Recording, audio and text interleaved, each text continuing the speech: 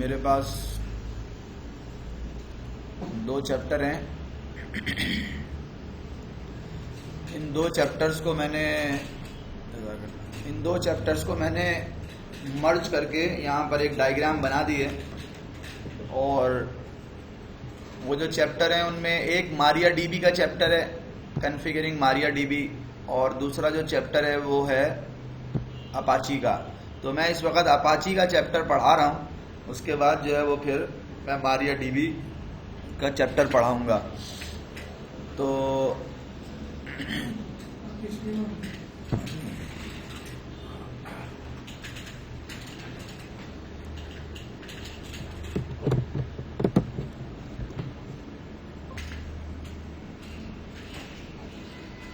Apache में जो जो काम हमें करने हैं वो क्या हैं, वो मैंने यहाँ पे मेंशन किए हैं कि जो जो चीज़ें अपाची में वो आपसे रेड हैट आपसे एक्सपेक्ट करता है कि आपको आनी चाहिए। तो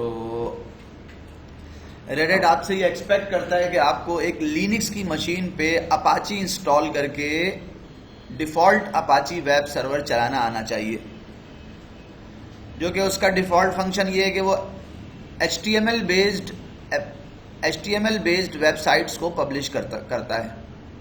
ठीक है, तो सबसे पहले आपको ये पता होना चाहिए अपाची का पैकेज कैसे इंस्टॉल होता है, अपाची की कॉन्फ़िगरेशन फाइल क्या होती है, अपाची की लॉग्स फाइल्स कहाँ पे होती हैं, ये वाली बातें आपको पता होनी चाहिए। अपाची की डायरेक्टरी कहाँ पर होती है जो कि सर्व कर रही होती है, जहाँ पे हम अपनी वेब पेजेस जाके रखते हैं। ये सबसे पहली चीज़ें आपको ये पता होना चाहिए। हमने यहाँ पे जो डायग्राम बनाई है, उस डायग्राम में हम लिनक्स की मशीन के ऊपर अपाची इंस्टॉल करेंगे और उस अपाची के ऊपर आपको ये दिखाएंगे डिफ़ॉल्ट, आपको ये दिखाएंगे कि अपाची कैसे HTML के पेज को जो है वो दिखाएगा आपको, जो हम अपना बनाएंगे, और अपाची कैसे आपको PHP का पेज दिखाएगा, जो कि हम अपना पेज जो है वो एक बना लेंगे। ये अपाची इस वक्त डिफ़ॉल्ट चल रहा है, नॉर्मल जिस तरह हम इंस्टॉलेशन करके चलाते हैं। जब ये दोनों चीज़ हम आपको दिखा देंगे कि इस तरह वेबसाइट चल रही है, तो फिर हमारे पास एक और चीज़ आएगी कि जिसको हम कहते हैं वर्चुअल होस्टिंग। ये तो था ना कि एक वेब सर्वर के ऊपर आपने एक वेबसाइट होस्ट कर दी, चाहे वो HTML की वेबसाइट है या वो अपाची वो है PHP की वेबसाइट है, वो आपने होस्ट कर दी। फिर उसके बाद उसके अंदर जो दूसरा ऑप्शन आएगा वो क्या आएगा, वो आएगा वर्चुअल होस्टिंग का। जो आपका दूसरा टॉपिक है वर्चुअल होस्टिंग, यानी कि एक वेब सर्वर के ऊपर आपने सर सैयद यूनिवर्सिटी की वेबसाइट भी रखनी है, उसी के ऊपर आपने जो है वो NIT की वेबसाइट भी रखनी है, उसी के ऊपर आपने जो है वो कोई और तीसरी वेबसाइट भी रखनी है। तो वर्चुअल होस्टिंग का क्या मतलब है कि आप एक वेब सर्वर के ऊपर मल्टीपल वेबसाइट्स रखें। उन मल्टीपल वेबसाइट्स को आप नाम से जब एक्सेस करें, जब मैं सर सैयद यूनिवर्सिटी की वेबसाइट एक्सेस करूं तो सर सैयद की आ जाए, जब मैं NIT की वेबसाइट एक्सेस करूं तो NIT आ जाए। ठीक है, जब मैं किसी और तीसरी जो यूनिवर्सिटी की या किसी और तीसरे इदारे की जब मैंने वेबसाइट ऑनवायर की वेबसाइट जब मैंने होस्ट की तो वो मेरे पास आ जाए। ये हमारा दूसरा पार्ट है कि जिसमें हम आपको वर्चुअल होस्टिंग दिखाएंगे। ठीक है, अब हो गई, जब आपने वर्चुअल होस्टिंग देख ली तो फिर वर्चुअल होस्टिंग के बाद एक और तीसरी चीज आएगी कि कोई वेबसाइट ऐसी होगी जो नॉर्मल चल रही होगी। मेरी साइट 2 साइट 3 वर्चुअल होस्टिंग हुई भी है लेकिन नॉर्मल चल रही है। नॉर्मल से मुराद है पोर्ट 80 के ऊपर, HTTP प्रोटोकॉल के ऊपर। लेकिन एक रिक्वायरमेंट आ गई मेरी साइट 1 के ऑनर की तरफ से, साइट 1 की तरफ से कि यार हमें जो है ना साइट चाहिए अपनी सिक्योर, SSL चाहिए हमें। तो अब आपको SSL सेटअप करना होगा। आपको ये पता होना चाहिए कि किसी भी वेबसाइट को अगर आपने SSL के अंदर जो है वो कन्वर्ट करना है नॉर्मल वेबसाइट से, तो उसको आप SSL में कैसे कन्वर्ट करेंगे। ये आपके पास वर्चुअल होस्टिंग के अंदर ऑप्शन आ जाएगा SSL वाला। ठीक है, जब ये काम आपने कर लिया तो उसमें एक और कंडीशन भी होगी, और वो कंडीशन क्या होगी कि वो आपसे, जो मैंने यहाँ पे मेंशन नहीं की, वो तो उसका एक सब पार्ट है कि वो आपसे ये एक्सपेक्ट करेंगे कि आपकी वेबसाइट XYZ नेटवर्क से चले और XYZ नेटवर्क से नहीं चले। वो आपसे इसी वर्चुअल होस्टिंग में या डिफॉल्ट में हम किसी जगह पे भी जो है वो इसकी बात करेंगे कि वो आपको ये पता होना चाहिए कि मैं एक्सिस दूं, मतलब मैं इसको यहां पे साइड एक्सिस का वर्ड इस्तेमाल कर रहा हूं यहां पे।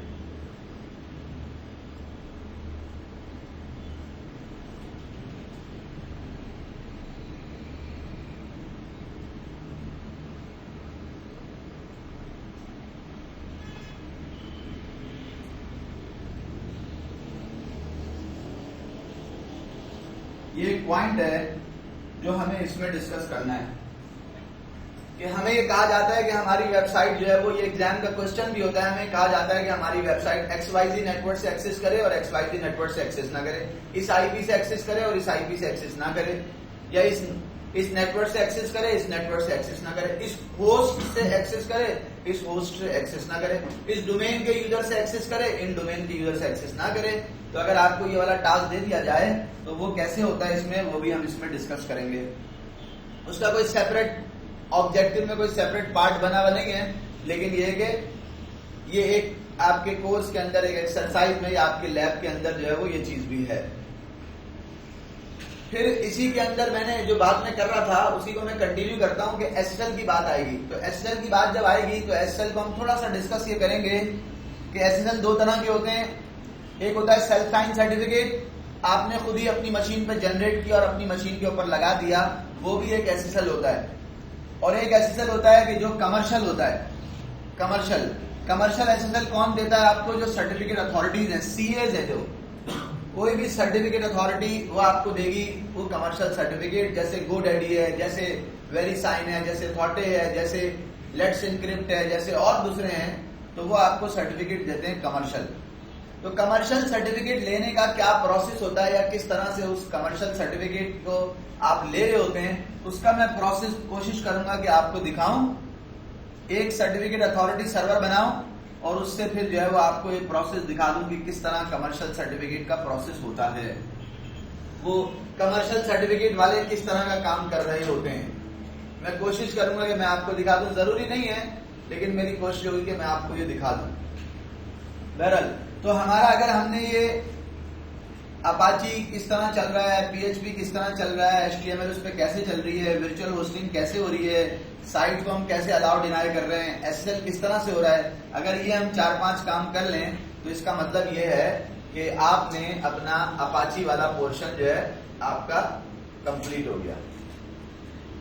मैंने यहां पर एक वर्ड इस्तेमाल किया था कि लैम्प का मतलब होता है लिनक्स, ए का मतलब अपाची, एम का मतलब पहले MySQL होता था, MySQL कमर्शियल नहीं था, अब चूंकि MySQL को ऑरेकल ने ले लिया तो MySQL अब MariaDB बन गया है।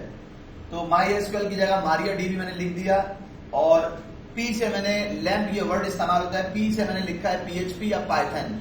तो मैंने इसमें कहीं भी पाइथन की बात नहीं की, हम किसी भी जगह पे किसी भी वर्चुअल होस्ट को या किसी भी जो है वो अपने वेब सर्वर को PHP के अलावा पाइथन की एप्लीकेशन भी हम उसमें लगा के, पाइथन की एप्लीकेशन भी हम उसमें इंस्टॉल करके चला सकते हैं। तो वो कैसे चलाते हैं पाइथन की एप्लीकेशन, तो वो मैं आपको, आपकी जो, मेरे पास तो पाइथन की एप्लीकेशन नहीं है लेकिन आपकी जो लैब है रेडिट की उसके अंदर वो मौजूद है, उसका मैं प्रोसेस आपको जो है वो उसमें उससे दिखा दूंगा। तो आपको अपाची के ऊपर पाइथन भी चलानी आनी चाहिए, पाइथन की एप्लीकेशन, PHP की एप्लीकेशन भी चलानी आनी चाहिए और HTML भी चलानी आनी चाहिए, क्योंकि अपाची इन तीनों को सपोर्ट करता है। ठीक है, अब मैं एक बात और आपको बता रहा हूं, 2 बातें जो मैं बता रहा हूं सिर्फ आपके कॉन्सेप्ट के लिए। कुछ जगहों पे लिखा होता है LEMP, लैम्प, इसका मतलब लिनक्स ही है। इसका मतलब अपाची की जगह एक और वेब सर्वर जो कि IngenX के नाम से है, IngenX, और वही फिर MariaDB और PHP या पाइथन, वो पूरा लैम्प बनता है। उसमें सिर्फ आपने वेब सर्वर अपाची की जगह पे कौन सा लगा दिया, IngenX लगा दिया। IngenX वैसे डिजाइन किया गया था स्पेशली ऐसे वेब सर्वर के लिए जो रिवर्स प्रॉक्सी का काम करता हो। क्या करता हो, रिवर्स प्रॉक्सी, क्योंकि कुछ फीचर अपाची से उसके अंदर ज्यादा अच्छे हैं। Hosting companies reverse proxy use करती हैं, लैम्प यूज करती हैं, LEMP यूज करती हैं। अगर उनके पास अपाची का वेब सर्वर भी रखा होगा तो वो इंजन यूज करेंगे। Engine as a reverse proxy server काम करता है। रिवर्स प्रॉक्सी का मतलब ये होता है कि जितनी भी वेब की रिक्वेस्ट है सारी वो लेगा, उनको फिल्टर करेगा और फिल्टर करके उनको वेब सर्वर तक पहुंचा देगा। ये एक काम है इसका। बस आप ये समझ लें कि कहीं पे लैंप लिखा हुआ हो तो आप उसको भी समझ जाएं कि भाई क्या लिखा हुआ है। कहीं पे लैंप एली के साथ लिखा हुआ हो तो भी आप समझ जाएं ये इंजन वेब सर्वर की बात की जा रही है। एक और बात जो मैं यहाँ पे आपको एडिशनली बताना चाह रहा हूं वो क्या है कि एक अपाची, एक और वेब सर्वर है अपाची ही का। अच्छा, अपाची तो ना एक पूरी ऑर्गेनाइजेशन, एक फाउंडेशन है अपाची, जिसके जो सिर्फ वेब सर्वर नहीं बनाती। अपाची पॉपुलर हो गई अपाची वेब सर्वर की वजह से, लेकिन अपाची जो ऑर्गेनाइजेशन है अगर मैं आपको दिखाऊंगा तो अपाची कोई तकरीबन 200 प्लस ओपन सोर्स प्रोजेक्ट्स, शायद ज्यादा हो और ज्यादा हो, मैंने 200 प्लस लिखे यहाँ पे कि 200 प्लस छोटे बड़े open source project Apache foundation के अंडर में चल रहे हैं। पहली बात। दूसरी बात जो मैं बताने जा रहा था, जिसके से पहले मैंने आपको ये बात बता दी कि एक अपाची का वर्ड आप सुनेंगे, अपाची टॉमकैट। एक नॉर्मल अपाची वेब सर्वर है, एक अपाची टॉमकैट वेब सर्वर है। दोनों के अंदर जो डिफरेंस है वो डिफरेंस क्या है? क्योंकि हम वेब सर्वर के पॉइंट ऑफ व्यू से बात कर रहे हैं, इसलिए मैं आपको बात बताऊं कि नॉर्मल अपाची HTML की वेबसाइट होस्ट कर सकता है, नॉर्मल अपाची PHP की वेबसाइट होस्ट कर सकता है, नॉर्मल अपाची पाइथन की वेबसाइट होस्ट कर सकता है, नॉर्मल अपाची जावा की वेबसाइट होस्ट नहीं कर सकता। तो स्पेशली जावा बेस्ड एप्लीकेशन के लिए अपाची फाउंडेशन ने एक प्रोजेक्ट चलाया जिसका नाम है अपाची टॉमकैट। पॉपुलर प्रोजेक्ट है अपाची टॉमकैट, और वो किसके लिए? वो जावा बेस्ड एप्लीकेशंस के लिए।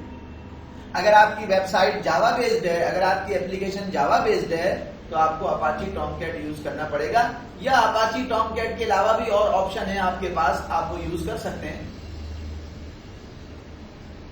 आप लिखेंगे ऑल्टरनेट कौन से ऑप्शन है, जिस तरह अपाची के अलावा लैंप इंजन का ऑप्शन है, इस तरह अपाची टॉमकैट के अलावा भी जो है वो जावा बेस्ड वेब सर्वर्स हैं। IBM का है, ऑरेकल का है, हाँ, जेबॉस तो रेडिट का है, जेबॉस रेडिट का है, ऑरेकल का वेब लॉजिक है, IBM का वेब स्फीयर है,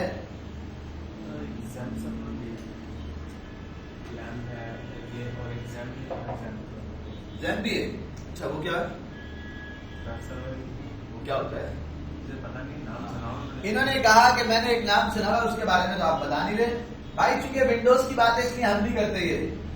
इन्होंने कहा एक ऐसा सर्वर भी होता है जिसको हम बोलते हैं जैम। मैंने तो उसको यूं करके काट दिया भाई। किसी क्लास में विंडोज की बात कर रहा है, चलो मान लेते हैं इसकी बात। एक और सर, हमने लिनक्स, अपाची कहां चलता था? लिनक्स पे। MySQL MariaDB कहां चलता था? लिनक्स पे। PHP पाइथन कहां चलता था? लिनक्स पे। उन्होंने एक और जो है वो ये क्या काम किया, उन्होंने अपाची फॉर विंडोज भी बना दिया, उन्होंने अपाची MariaDB फॉर विंडोज भी बना दिया, उन्होंने PHP पाइथन की एप्लीकेशन को विंडोज पे भी चला दिया। तो अगर ये ज़ैम्प है तो इसका मतलब है कि ये विंडोज की बात की जा रही है। विंडोज है, अपाची है, MySQL है और PHP है। सही है? तो ऐसे नाम आपको सुनने को मिल सकते हैं, लेकिन चूंकि हमारा वो नहीं है तो हम इसलिए उसकी बात नहीं कर रहे। इसने अच्छा पॉइंट दे दिया तो हमने उसको डिस्कस कर लिया। तो आपको ऐसा भी देखने को मिल सकता है, लेकिन हमारा जो गोल है, हमारा जो फोकस है वो अपाची टॉमकैट पे नहीं है। हमारा जो फोकस है, हमारा गोल जो है वो अपाची, वो इंजन के ऊपर नहीं है। हमारा जो गोल और फोकस होगा, जो हमारे कोर्स का पार्ट होगा, वो ये होगा। ठीक है, ये मैंने जस्ट आपको कॉन्सेप्ट दिया है। अब मैं अपने उन सेक्शंस की तरफ जा रहा हूं जिसमें मैंने आपको अपाची एक लिनक्स की मशीन पे इंस्टॉल करके कॉन्फ़िगर करके दिखाना है, और दूसरा मैंने लिनक्स की मशीन के ऊपर आपको उसी अपाची वेब सर्वर के ऊपर मल्टीपल वर्चुअल होस्ट दिखाने हैं। फिर मैंने आपको HTTPS दिखाना है, फिर मैंने आपको पाइथन की कोई एप्लीकेशन चला के दिखानी है, फिर मैंने आपको ये दिखाना है कि कैसे जो है वो हम किसी किसी भी वेब सर्वर को, किसी भी वेब जो है वो वर्चुअल होस्ट को, किसी भी जो है वो आपके इस साइट को कैसे जो है वो हम डिफरेंट लोकेशन से अलाउ डिनाई करते हैं। तो ये ऑप्शन मैंने आपको दिखाने, और बस उसके अलावा मैंने यहाँ पर एक छोटा सा पॉइंट मैंने और भी मेंशन किया यहाँ पे, वो भी मैं आपको बता दूं। आमतौर पे ये आपको सिर्फ कॉन्सेप्ट देने के लिए, आमतौर पे जो वेब होस्टिंग प्रोवाइडर्स होते हैं वो आपको क्लाइंट को, जो क्लाइंट है उसको एक्सेस करने के लिए दो ऑप्शन रखते हैं वो अपने पास। या तो वो आपको एफटीपी अकाउंट देंगे कि अगर तुम्हें अपनी वेबसाइट जो तुमने हमने तुम्हें जगह दी, तुमने वेबसाइट बना के हमें दी, हमने यहाँ पे होस्ट कर ली। अब उसकी जो अपडेट्स होंगी वो कौन करेगा? हमारे सीईओ चेंज हो गए, नए सीईओ आ गए। अब मैं चाहता हूं कि सीईओ का जो मैसेज वेबसाइट के ऊपर पुराने वाले सीईओ का था वो हटा दूं, अब नए वाले सीईओ का लगा दूं। पुराने वाले सीईओ की तस्वीर हटा के नई वाले तस्वीर लगा दूं, पुराने वाले प्रिंसिपल की तस्वीर हटा के एनईडी के नए प्रिंसिपल की तस्वीर लगा दूं वेबसाइट पे। तो उसके लिए आप होस्टिंग कंपनी को थोड़ी बोलेंगे कि मैंने वेबसाइट में चेंज करना है कर दो। उसमें तो आपका अपना पर्सनल, आपके अपने एनवायरनमेंट में, या आपने किसी डेवलपर की सर्विस ली होगी जो आपकी साइट को मेंटेन करता होगा। तो साइट को मेंटेन करने वाले को दो ऑप्शन है, दो इंटरफेसेस हैं जिससे वो कम्युनिकेट कर सकता है अपनी वेबसाइट से, या उसको अपलोड और डाउनलोड कर सकता है, कंटेंट चेंज कर सकता है। या तो होस्टिंग कंपनी आपको एफटीपी अकाउंट देगी। पहले सारी होस्टिंग कंपनी आपको एफटीपी अकाउंट देती थी, आप यूजर नेम और पासवर्ड से कनेक्ट होते थे एफटीपी सर्वर से, एफटीपी सर्वर से कनेक्ट होते थे। जो यूजर नेम पासवर्ड दिया गया है आपको, वो आपको आपके पेज के ऊपर, आपकी वेबसाइट पे पहुंचा देता था। आप किसी और की वेबसाइट नहीं देख सकते थे और आप इस एफटीपी के थ्रू आके अपनी साइट से कनेक्ट हो गए। दूसरा ऑप्शन अब क्या दिया है कंपनीज ने कि वो एक पैनल दे देते हैं, एक वेब ब्राउजर के अंदर एक पैनल आपको दे देते हैं जिसको कुछ जगहों पे सी पैनल के नाम से, जो कमर्शियल एक पैनल है उसके नाम से जाना जाता है, जो पॉपुलर भी है। और लिनक्स के अंदर एक पैनल है जो कि ओपन सोर्स है, कुछ होस्टिंग कंपनी उसको भी यूज कर रही हैं विस्टा पैनल के नाम से। स्पेलिंग में हो सकता है कि वहां पे VEST लिखा हुआ, मैंने यहाँ पे VIST लिख दिया, लेकिन एक विस्टा पैनल के नाम से भी एक पैनल है जो ओपन सोर्स है, और एक कमर्शियल पैनल है जिसका नाम है सी पैनल। सारे काम जो सी पैनल में होते हैं वो आप विस्टा पैनल के अंदर भी कर सकते हैं, लेकिन एक ओपन सोर्स है और एक कमर्शियल है।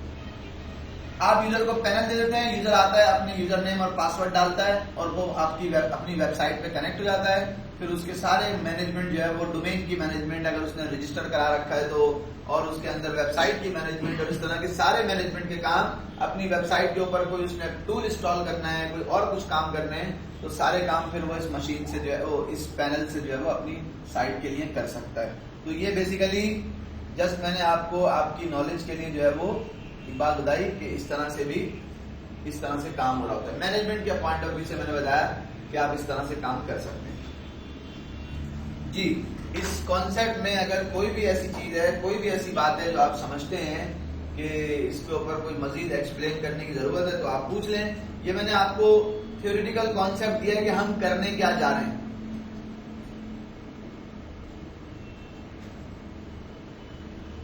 अगर जिस तरह से कि डिजाइन हमने बनाया है इस तरह से हम आपको बताएं और आप इसको प्रॉपर जो है वो प्रैक्टिस कर लें, तो कोई भी होस्टिंग कंपनी, किसी भी होस्टिंग कंपनी के अंदर जो काम हो रहा होता है वो यही हो रहा होता है। इसमें सिर्फ एक चीज है जो वो डिपेंड करेगा मेरे टाइम के ऊपर कि हमारे पास जो ऑप्शन है वो क्या है, ये हमें पता होना चाहिए। हमारे पास ऑप्शन है आरपीएम बेस्ड इंस्टॉलेशन का। रेडिट हमसे क्या एक्सपेक्ट करता है कि हमें .rpm वाला अपाची इंस्टॉल करना आना चाहिए, .rpm वाला अपाची हमें इंस्टॉल करना आना चाहिए। जब आप .rpm वाला अपाची इंस्टॉल करते हैं तो उसका एक ही पैकेज इंस्टॉल होता है, एक ही वर्जन इंस्टॉल होता है, 2 वर्जन इंस्टॉल नहीं हो सकते। लेकिन अगर यही काम हमें ऐसा करना हो कि हम ये कहें कि भाई हमारा एक वेब सर्वर है, ये हमारा वेब सर्वर है, ये मेरा लिनक्स है और उस लिनक्स के ऊपर मुझे ये इसका नाम है वेब सर्वर। मैं ये चाहता हूं कि इस पे अपाची का 2.4 भी चले, मैं ये चाहता हूं इस पे अपाची का 2.8 भी चले, और मैं ये चाहता हूं इसके ऊपर अपाची का जो है वो 2.6 भी चले।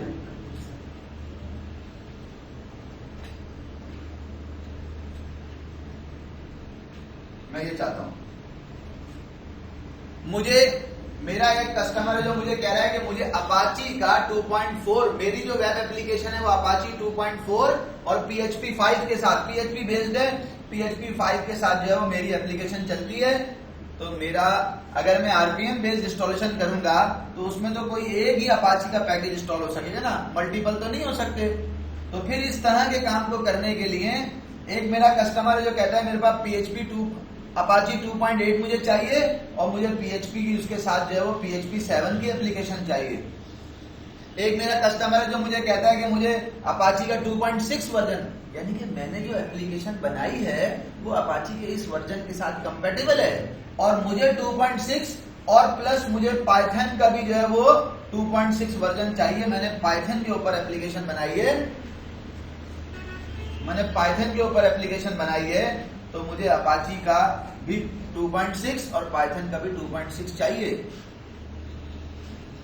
और एक कस्टमर कहता है मुझे 2.8 चाहिए अपाची का वर्जन और उसके ऊपर मुझे पाइथन जो है वो चाहिए। नहीं, वो सिर्फ ये कहता है कि मुझे मेरी एप्लीकेशन पाइथन के 3.6 के ऊपर बनी हुई है। अब आपने इसको होस्ट करना है अपने पास।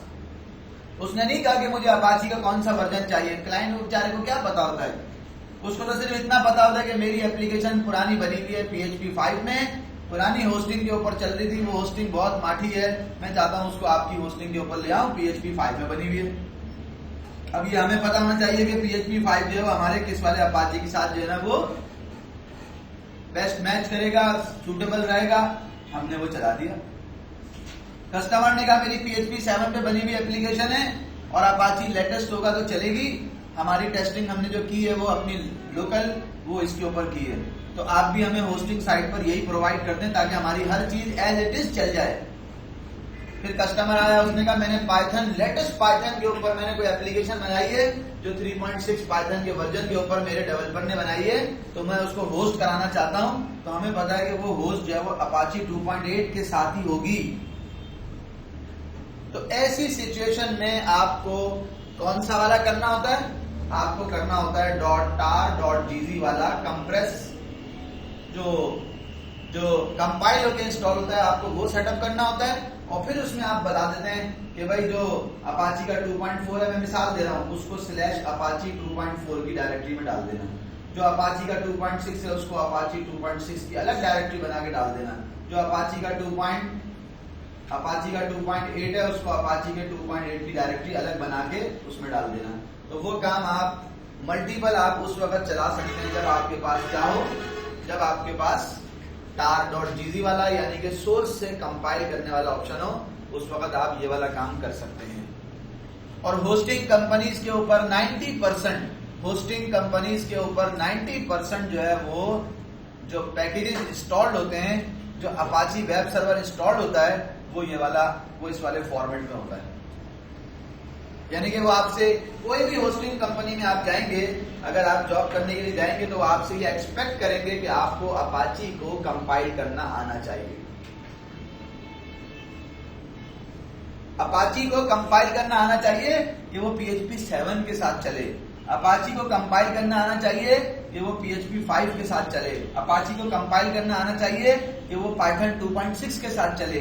अपाची को कंपाइल करना आना चाहिए कि वो पाइथन 3.6 के साथ चले। ये पॉसिबिलिटी सिस्टम में है कि आप मल्टीपल पाइथन के वर्जन जो है वो इंस्टॉल कर सकते हैं। ये फैसिलिटी सिस्टम में है। RHEL8 ने उस काम को और थोड़ा सा आसान कर दिया है। ये फैसिलिटी है कि आप मल्टीपल पाइथन के वर्जन, आप मल्टीपल PHP के वर्जन, आप मल्टीपल जावा के वर्जन एक मशीन के ऊपर इंस्टॉल कर सकते हैं। और फिर आप उसको ये भी बता सकते हैं कि कौन सा पाइथन का वर्जन किस अपाची के साथ चले, कौन सा जावा का वर्जन किस एप्लीकेशन के लिए चले। तो ये भी आप कर सकते हैं। तो मेन जो बात मैंने आपको बताई है वो ये है कि अगर आप होस्टिंग साइट पर जाएंगे तो होस्टिंग साइट पर आपको अपाची का सोर्स कोड से आप कंपाइल करके फिर इंस्टॉल करते हैं। 2.4 सर आपने करवाया था, 2.4 आपने इंस्टॉल करवाया,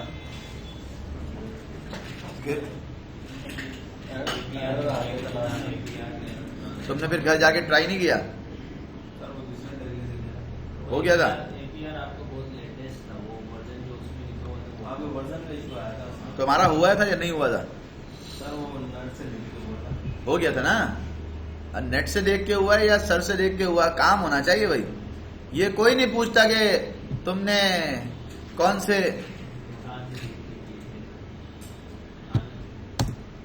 ये कोई नहीं पूछता कि तुमने जो है वो, समझ रहे हो ना मैं क्या कहना चाह रहा हूँ। रिकॉर्डिंग चल रही है ना? हाँ चल रही है भाई।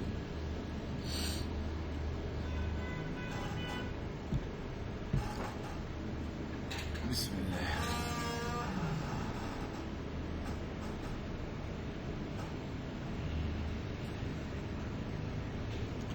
ये मेरे पास एक मशीन है। इस मशीन के अंदर मुझे आमतौर पे, मैं मशीन जब इंस्टॉल करता हूँ इस काम को करने के लिए, तो मैं CLI मशीन लेता हूँ, लेकिन मेरे पास अभी CLI कोई मशीन इंस्टॉल्ड नहीं है, तो मैंने इस GUI मशीन के ऊपर मैं चला गया हूँ। मिनिमम मशीन जो है वो आपके मिनिमल इंस्टॉलेशन होनी चाहिए आपके पास। अगर आपको कोई भी सर्वर सेटअप करना है तो आपके पास मिनिमल इंस्टॉलेशन होनी चाहिए, ताकि उसमें हर वो पैकेज जो आप इंस्टॉल करने जा रहे हैं आपको पता हो कि यार मुझे कौन कौन से पैकेज इंस्टॉल करने पड़े, उनकी क्या डिपेंडेंसीज थी।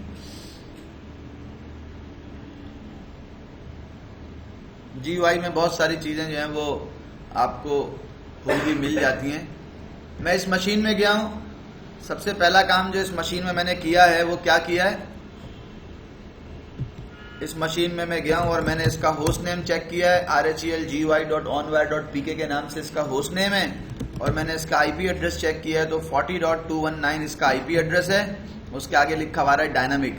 तो मैं सबसे पहले तो एक काम कर लूँ, NMTY में जाके इसका जो इंटरफेस है उसके ऊपर जो IP है, चूंकि इसने सर्वर बनना है तो 192.168.40.40.2222 या 220 मैंने इसका IP रख दिया, और गेटवे और DNS देने की ज़रूरत नहीं है, और DNS मैंने इसका रख दिया है onwire.pk, onwire.lab, ये इसका DNS रख दिया है। और बस गेटवे और सर्वर की मुझे ज़रूरत नहीं है, इंटरनेट पे इसको लेके जाना नहीं है, तो इसलिए जो है वो अगर इंटरनेट पे लेके जाना होगा तो मैं उसको जो है वो यहाँ पे गेटवे और DNS डाल दूंगा। फिलहाल ज़रूरत नहीं है तो मैंने उसको छोड़ दिया, ओके कर दिया, बैक कर लिया, होस्ट नेम में चला गया, onwire.lab मैंने अपना डोमेन का नाम लिखा है तो मैंने इसको यही कह दिया। और अगर मैं चाहूँ तो यहाँ जाके ये भी कह सकता हूँ कि इसको मैं कह दूँ, क्या नाम दे दूँ, वेब SRV1, ये इसका मैंने नाम रखा है, web SRV1। Okay okay quit. तो मेरी मशीन का जो नाम है वो क्या है भाई, वेब SRV1.onwire.lab, और मेरी मशीन का जो IP एड्रेस है इंटरफेस का वो है 192.168.219 आ रहा है अभी। जब मैं अपनी मशीन को रीस्टार्ट करूंगा, नेटवर्क, अपनी मशीन का नेटवर्क रीस्टार्ट करूंगा, तो मैं ये एक्सपेक्ट करूंगा कि भाई मेरा जो नेटवर्क रीस्टार्ट होने के बाद मेरा सिस्टम जो है उसका IP जो है वो क्या हो जाएगा, 220 किया है शायद मैंने, कंट्रोल IP एड्रेस शो, तो 220 मेरा IP एड्रेस हो गया है। मेरी वेबसाइट का जो नाम है, सॉरी मेरी वेबसाइट नहीं, मेरे सर्वर का जो नाम है वो क्या है भाई, वेब SRV1, और उसका IP है 220। बस मैं उसको ये लिख देता हूँ। ये मेरी वो इंफॉर्मेशन है जो कि मैंने अभी अपने सिस्टम में कॉन्फ़िगर की है। यहाँ पर तीसरा काम जो मुझे करना है वो क्या है कि मेरे सिस्टम के अंदर फायरवॉल मुझे बंद नहीं करनी, फायरवॉल D मेरे सिस्टम में बंद नहीं होगी। फायरवॉल D को मैं जो है वो रनिंग रखूँगा, एक चीज़। और दूसरी चीज़ ये कि फायरवॉल D को भी बंद नहीं करूँगा, और गेट इन्फोर्स SC लिनक्स भी मेरे पास इन्फोर्सिंग मोड में होगी, तो ये मुझे इन दोनों चीज़ों को मुझे मॉडिफाई नहीं करना। जहाँ पे ज़रूरत पड़ेगी फायरवॉल के रूल की वहाँ पे फायरवॉल का रूल बनाऊंगा, जहाँ पे ज़रूरत पड़ेगी फायरवॉल के SC लिनक्स के रूल की वहाँ पे SC लिनक्स का रूल बनाऊंगा। एक और चीज़ जो मैंने यहाँ पे मेंशन कर दी कि मुझे ये भी करना होगा, ये मैंने लिखा है यहाँ पे कि मैं अपनी वेबसाइट को चलाऊंगा एक कस्टम पोर्ट के ऊपर। तो मैंने यहाँ पे कस्टम पोर्ट के ऊपर वेबसाइट चलानी है अपनी, ठीक है। एक काम मैंने ये करना है, और दूसरा काम मैंने ये करना है कि जो कस्टम पोर्ट के ऊपर चल रही होगी वो यूजर साइड से वो पोर्ट, यूजर को पोर्ट मेंशन करने की जरूरत नहीं होगी। तो मुझे यहाँ पे पोर्ट की क्या करनी होगी, फॉरवर्डिंग करनी होगी। जब कस्टम पोर्ट पे चलाऊंगा तो पोर्ट फॉरवर्डिंग करनी होगी, यानी कि मेरे पास अपाची चल रहा होगा पोर्ट, मिसाल दे रहा हूं मैं आपको, पोर्ट चल रहा, अपाची चल रहा होगा पोर्ट 8889 पे, 889 पे, लेकिन जो मेरा यूजर है वो पोर्ट मेंशन नहीं करेगा, वरना आमतौर पे पोर्ट मेंशन करना पड़ती है। मेरा यूजर वही पोर्ट 80 पे आएगा या पोर्ट 443 पे आएगा और मेरा सिस्टम जो है वो उसको पोर्ट 889 के ऊपर पहुंचा देगा। तो ये वाला मेरी फायरवॉल पहुंचा देगी। तो ये काम मुझे फायरवॉल में आपको अभी भी दिखाना है, और ये हमने जब हम फायरवॉल कर रहे होंगे तो उस वक्त भी हमने देखा होगा, लेकिन शायद मैं आपको उस तरह दिखा नहीं सकाऊंगा। तो ये वाला काम हमने अभी भी देखना है। तो आपकी फायरवॉल के अंदर आपको ये पता होना चाहिए कि रूल जो है वो किस तरह सेटअप होता है।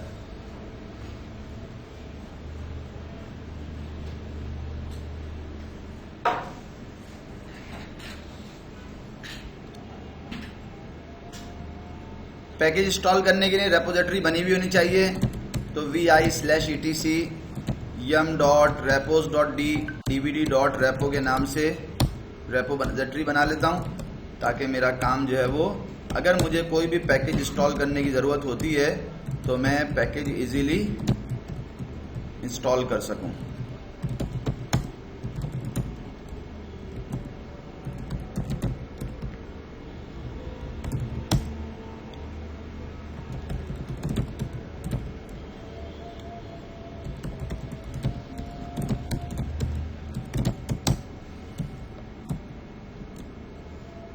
और कोई काम तो नहीं है ऐसा जो जनरल टास्क में हमें करना हो? जनरल टास्क में कोई ऐसा काम तो नहीं जो हमें करना हो। यहां पर मैं एक और पॉइंट आपको बता रहा हूं, जिसका फिलहाल इससे कोई लिंक नहीं है, लेकिन आपको ये पता होना चाहिए कि जब हम कोई भी वेब सर्वर इंस्टॉल करते हैं तो उसके डीएनएस के अंदर रिकॉर्ड्स बनते हैं। कौन से रिकॉर्ड बनते हैं? आमतौर पे ए रिकॉर्ड बनता है, आमतौर पे सीनेम रिकॉर्ड बनता है। किसी भी वेब सर्वर के जो दो रिकॉर्ड बनते हैं, वेब सर्वर के लिए जो बनते हैं वो दो रिकॉर्ड होते हैं। या तो ए रिकॉर्ड बनेगा, ए रिकॉर्ड क्या है कि जब कोई www.ssuet.edu.pk लिखे तो डीएनएस उसको बताएगा कि तुम्हारा आईपी ये है 192.168.40.220, ये बताएगा। जब कोई लिखे www. गौर करिए यहाँ पे, अगर कोई ऐसे लिख दे www ना लिख दे बल्कि ssuet.edu लिख दे .pk, तो भी जो है वो उसको डीएनएस बताए कि भाई अगर कोई ये लिखेगा तब भी और कोई ये लिखेगा तब भी वो मैं उसको यहाँ ले जाऊंगा। तो एक तो ए रिकॉर्ड होता है जो इसके अगेंस्ट बनेगा, और दूसरा जो है वो एक होता है जिसे हम बोलते हैं सीनेम रिकॉर्ड। सीनेम रिकॉर्ड वो क्या होता है? वो ये बताता है कि अगर कोई डेटा डोमेन का नाम भी लिख देगा तो मैं उसको ले जाऊंगा www.ssuet.edu.pk। इसकी मैं एक एग्जाम्पल आपको और दे रहा हूं कि अगर आप लिखेंगे www.gmail.com तो भी आप जीमेल पे पहुंच जाएंगे, लेकिन अगर आप लिखेंगे googlemail.com तो भी आप जीमेल पे पहुंच जाएंगे। तो ये googlemail.com जो है वो सी नेम है, सी नेम। किसका सी नेम है? इसका सी नेम है। तो इस तरह ये आपको बात मालूम होनी चाहिए कि आपको डीएनएस के अंदर दो रिकॉर्ड्स बनाना पड़ते हैं। बहरहाल हमें उसकी जरूरत फिलहाल नहीं है, लेकिन जस्ट फॉर योर नॉलेज मैंने ये मेंशन कर दिया है। ठीक है जी। लिनक्स की मशीन है, सबसे पहला काम जो इस पे मुझे करना है वो क्या करना है? yum install apache। अपाची के जो पैकेज का नाम है वो है HTTPD। हम चूंकि ट्रेनिंग सेंटर में बैठे हुए हैं तो इसलिए हम इसमें एक चीज और पैकेज इंस्टॉल कर रहे हैं जिसकी हमें जरूरत नहीं है, जिसका नाम है HTTPD मैनुअल। एक HTTPD का पैकेज इंस्टॉल कर रहा हूं मैं और एक HTTPD के मैनुअल का पैकेज इंस्टॉल कर रहा हूं। अगर आप ये मैनुअल का पैकेज इंस्टॉल कर लें, जो कि आप एग्जाम में भी कर सकते हैं, तो आपके पास एक पूरा अपाची का ब्राउजर के अंदर मैनुअल आ जाता है और उससे देख देख के भी चीजों को आप कर सकते हैं। तो मैंने इन 2 पैकेजेस को इंस्टॉल करने की बात की है। तो अगर मैं इन 2 पैकेजेस को इंस्टॉल कर लूंगा तो मेरे पास वेब सर्वर आ जाएगा। जस्ट मैंने इंटर कर दिया है। अच्छा, अगर पैकेज इंस्टॉल करने का काम मैं एक साथ करना चाहता हूं तो मैं इसमें और भी कुछ पैकेजेस ले लेता हूं, लेकिन मैंने कहा चलो बाद में करूंगा, जैसे जैसे जरूरत पड़ेगी वैसे वैसे पैकेज इंस्टॉल करता रहूंगा। अपाची की आमतौर पे जब अपाची की आप इंस्टॉलेशन करने जाते हैं तो उसकी कुछ डिपेंडेंसीज होती हैं, जिसमें APR Apache portable run time library APR इसकी जरूरत आपको जो है वो पड़ती है। APR अगर आप कंपाइल करने जाएंगे तो भी आपको इसकी जरूरत पड़ेगी, और अगर आप जो है वो RPM से इंस्टॉल करने जाएंगे तब भी आपके सिस्टम में Apache portable run time library होनी चाहिए APR के नाम से। पैकेज मेरे पास इंस्टॉल हो गया है, इसका मतलब है लिनक्स इंस्टॉल थी, अपाची मैंने इंस्टॉल कर लिया। अपाची के बाद सिर्फ एक काम करना है, और वो काम क्या है, जब इंस्टॉल हो गया तो सर्विस को स्टार्ट कर दिया और सर्विस को इनेबल भी कर दिया HTTPD। अगर ये काम मैं कर लूंगा तो मेरी अपाची की सर्विस चल जाएगी, वो आप वेरीफाई कर सकते हैं, स्टेटस HTTPD। आपकी अपाची की सर्विस जो है वो चलना शुरू हो गई है, अपाची रन कर रहा है। कुछ नहीं किया मैंने, सिर्फ पैकेज इंस्टॉल किया और सर्विस चलाई है, और अपने सिस्टम में गया हूं ब्राउजर पे, और जब अपने सिस्टम में ब्राउजर पे गया हूं तो मेरे पास अपाची का एक टेस्ट पेज, जिस तरह आप IIS जब इंस्टॉल करते हैं तो IIS का एक टेस्ट पेज आता है विंडोज में जब आप IIS internet information service install करते हैं तो उसका एक टेस्ट पेज आता है। ये वही टेस्ट पेज है जिसका आपने मीडिया में भी जो है वो तस्करा सुना होगा, याद है आपको? मल्टीपल लैंग्वेज में हैकर को 100 ज़बानें आती थी, उसमें सब में मैसेज था। सही है, याद है? तो अब मैं गया हूं यहाँ पे, और यहाँ पे जाने के बाद मैंने जो है वो, लेकिन क्या लिखा है, कोई नाम तो मुझे अभी पता नहीं है, तो मैंने लिख दिया 192.168.40.220, जस्ट लिख के इंटर किया है। ये पेज मेरे पास आ गया और ये मुझे बता रहा है कि if you can read this page it means that the Apache HTTP server installed in at this site is working properly. ठीक है जी, अगर आपके पास ये आ गया तो इसका मतलब है आपका टेस्ट पेज आ गया अपाची का। और दूसरा, चूंकि आपने मैनुअल का पैकेज भी इंस्टॉल किया था, तो इसलिए अगर आप सेम जो है वो यहाँ पे भी लिख दें 192.168.40.220/MANUAL मैनुअल, अगर आप ये लिख देंगे तो अपाची का पूरा मैनुअल आपके पास आ जाएगा। अपाची सर्वर का 2.4 का पूरा मैनुअल आ गया। ये दोनों चीजें चल रही हैं, इसका मतलब है कि आपके पास अपाची जो पैकेज था वो आपने इंस्टॉल कर लिया, उसकी सर्विस चला दी। मैनुअल में हर चीज की डिटेल जो है वो आपको मिल जाएगी, हाउ टू ट्यूटोरियल मिल जाएंगे, कैसे क्या करना है। मुझे अगर किसी चीज का नहीं पता कि क्या करना है, जैसे मुझे SSL/TLS की इंक्रिप्शन का नहीं पता, ठीक है, मुझे वर्चुअल होस्टिंग का नहीं पता, तो वर्चुअल होस्ट कैसे बनते हैं मुझे नहीं पता, मैं भूल गया, मैं यहाँ पे क्लिक करूंगा और जनाब मैं वहां पहुंच जाऊंगा, वो मुझे बताएगा नेम बेस्ड वर्चुअल होस्ट कैसे बनता है। क्लिक किया, थोड़ा सा स्क्रॉल करके नीचे आएंगे तो वो प्रोसेस बताएगा कि नेम बेस्ड वर्चुअल होस्टिंग के लिए आपको क्या क्या लिखना पड़ता है, कैसे लिखना पड़ता है। मैं आ गया, यहां से सिर्फ कॉपी करूंगा, उधर पेस्ट करूंगा, कॉपी करूंगा, पेस्ट करूंगा और मेरा काम बन जाएगा। तो मैनुअल, इसलिए मुझे मैनुअल का पता होना चाहिए। बहरहाल अभी हमने पहला स्टेप अपना कंप्लीट किया कि अपाची का पैकेज इंस्टॉल किया, और अपाची का पैकेज इंस्टॉल करने के बाद उसकी सर्विस जो है वो हमने चलाई, और चला के जनाब हमने देख लिया कि अपाची चल रहा है या नहीं चल रहा। अब सवाल जो है वो इसके अंदर, ये तो हमारा हो गया, हम यहां तक तो पहुंच गए। अब मुझे आपको दिखाना है कि अगर मैं कोई HTML का पेज बनाता हूं तो वो कैसे चलेगा, ये वाली चीज मुझे दिखानी है आपको। अगर मैं कोई अपना HTML का पेज बनाता हूं तो वो कैसे चलेगा, पहली बात। दूसरी बात ये कि मेरा HTML का पेज रखा कहां जाएगा, ये दो बातें हैं जो मुझे आपको बतानी है। और तीसरी बात कि मेरे HTML के पेज का नाम क्या होगा।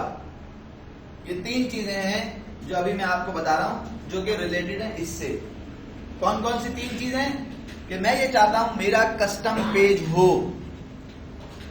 तो कस्टम पेज अगर मैं बनाना चाहता हूं तो बनेगा कैसे? मैं हूं कहां पे अभी? PWD रूट के अंदर हूं। यहां पे मैं गया, चूंकि मैं रूट हूं इसलिए मैं अपने ही उसमें गया और मैंने वहां पर एक पेज बनाया, उसका नाम रखा home.html। क्या नाम रखा है? होम पेज बना रहा हूं अपना, होम पेज, और VI करके होम पेज मैंने यहां बना दिया। क्या लिखा क्या है उसमें? अच्छा देखें, ये हमारे स्कोप से बाहर है। ये हमारा स्कोप नहीं है कि हम जो है वो HTML की वेबसाइट बनाना हमें आती हो, ये हमारा स्कोप नहीं है। लेकिन मैंने कहा चलो मैं बनाता हूं, थोड़ा बहुत मुझे आती है, तो मैंने कहा 2 लाइनों की वेबसाइट तो मैं भी बना सकता हूं।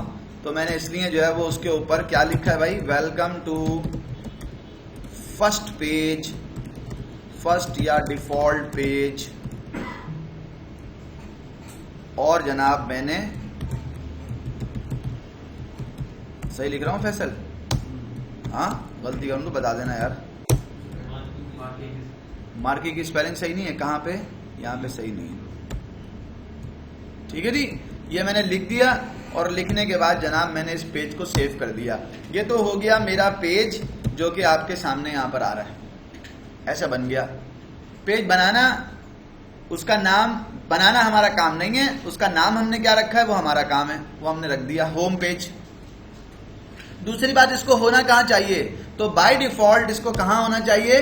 जिस तरह माइक्रोसॉफ्ट में जब आप IIS इंस्टॉल करते हैं तो IIS क्या करता है? सी में inet pub के अंदर www रूट के नाम से एक फोल्डर बनाता है और उसमें आप अपनी वेबसाइट्स रखते हैं।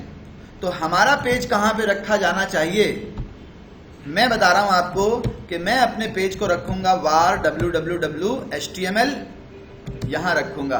अगर मैंने अपने पेज को यहां रख दिया इस लोकेशन के ऊपर, तो मेरा पेज होम पेज चल जाएगा। तो ये मुझे किसने बताया? ये मैं देखना चाहूं तो कैसे देखूंगा? तो वो जरा कमांड देखें। मैं अपाची की कॉन्फ़िगरेशन फाइल में से एक जो है वो अपाची की कॉन्फ़िगरेशन फाइल में से एक लाइन जो है वो ग्रैब करा रहा हूं। वो लाइन क्या है भाई? ग्रैब करो वो लाइन जो स्टार्ट होती हो डॉक्यूमेंट रूट से, या उसमें डॉक्यूमेंट रूट आता हो मेरी अपाची की कॉन्फ़िगरेशन फाइल में। ये मेरी अपाची की कॉन्फ़िगरेशन फाइल है। अपाची में किसी किस्म की भी कॉन्फ़िगरेशन करनी होगी, कोई मॉडिफिकेशन करनी होगी, कोई कस्टमाइजेशन करनी होगी, तो मैं इस फाइल में जाऊंगा। डॉक्यूमेंट रूट क्या चीज है? अगर मैं ये पूरा खोल देता तो लिखा हुआ है डॉक्यूमेंट रूट का क्या मतलब है? The directory out of which you will serve your page, your site. ये वो डायरेक्टरी है जिसके अंदर अगर आपने अपना पेज रख दिया तो वो अपाची इस पेज को रीड करके आपको दिखा सकता है। हमने अपने पेज को बनाया कहां था? अपनी होम डायरेक्टरी में, और हमने उसको यहां पे मूव कर दिया। क्यों मूव कर दिया? कि हमारा डॉक्यूमेंट रूट जो है वो ये सेट हुआ है। अगर आपको अपना डॉक्यूमेंट रूट चेंज करना है, तो आपको इस कॉन्फ़िगरेशन फाइल में जाना पड़ेगा और अपना डॉक्यूमेंट रूट चेंज करना पड़ेगा। अभी आपका डॉक्यूमेंट रूट जो है वो क्या है ये आपने देख लिया, एक बात। दूसरी बात, हमने फाइल का नाम क्या रखा है? home.html। home.html को हमने उस लोकेशन पे पहुंचा दिया जहां पहुंचाना चाहिए था। अब कुछ करने का काम है हमारे पास? नहीं। अब हम सिर्फ और सिर्फ क्या करेंगे? मैं जल्दी नहीं जा रहा। हम क्या करेंगे? हम सिर्फ यहां जाएंगे और हमारा ये आ रहा था टेस्ट पेज। अब हम अगर इसको रिफ्रेश करेंगे तो हम ये एक्सपेक्ट कर रहे हैं कि हमारा पेज आना चाहिए, हमारा जो हमने बनाया। अभी नहीं आया। क्यों नहीं आया? कि अपाची बाय डिफॉल्ट जिस पेज को लेता है उसका नाम होना चाहिए index.html बाय डिफॉल्ट। कहां लिखा होता है मैं अभी आपको दिखा रहा हूं। मैंने यहां लिखा home.html, इंटर किया, मेरा पेज जो है वो आया। लेकिन कैसा आया? मैंने पेज का नाम सही लिखा है home.html, हाँ बिल्कुल सही लिखा है home.html, लेकिन कह रहा है you do not have permission to access home.html on this server. ये उसने मैसेज दिया। एक बात तो मैं आपको, दो चीजें हैं जो मुझे अभी करनी है। पहली बात तो मैं आपको ये बताऊं कि अगर मैं सेट इनफोर्स 0 कर दूं, यानी कि अपनी एससी लिनक्स को क्या कर दूं, परमिसिव, और फिर जाऊं यहां पे और फिर पूछूं कि क्या तुम मेरा पेज अब दिखा सकते हो अपाची? तो अपाची ने कहा हाँ मैं अब पेज दिखा सकता हूं। उसका रीजन ये है कि इस मशीन में एससी लिनक्स स्टार्ट है और एससी लिनक्स दोबारा कर दिया मैंने, इन्फोर्सिंग मोड में ले आया, अभी ये चल रहा है। जैसे रिफ्रेश करूंगा ये यहां पे ये मैसेज आ जाएगा। इसका मतलब है एससी लिनक्स इस चीज को रोक रही है। तो मुझे कैसे पता चलेगा कि एससी लिनक्स रोक रही है? ये बात मुझे कहां से पता चलेगी? एससी लिनक्स वाली बात मुझे कहां से पता चलेगी?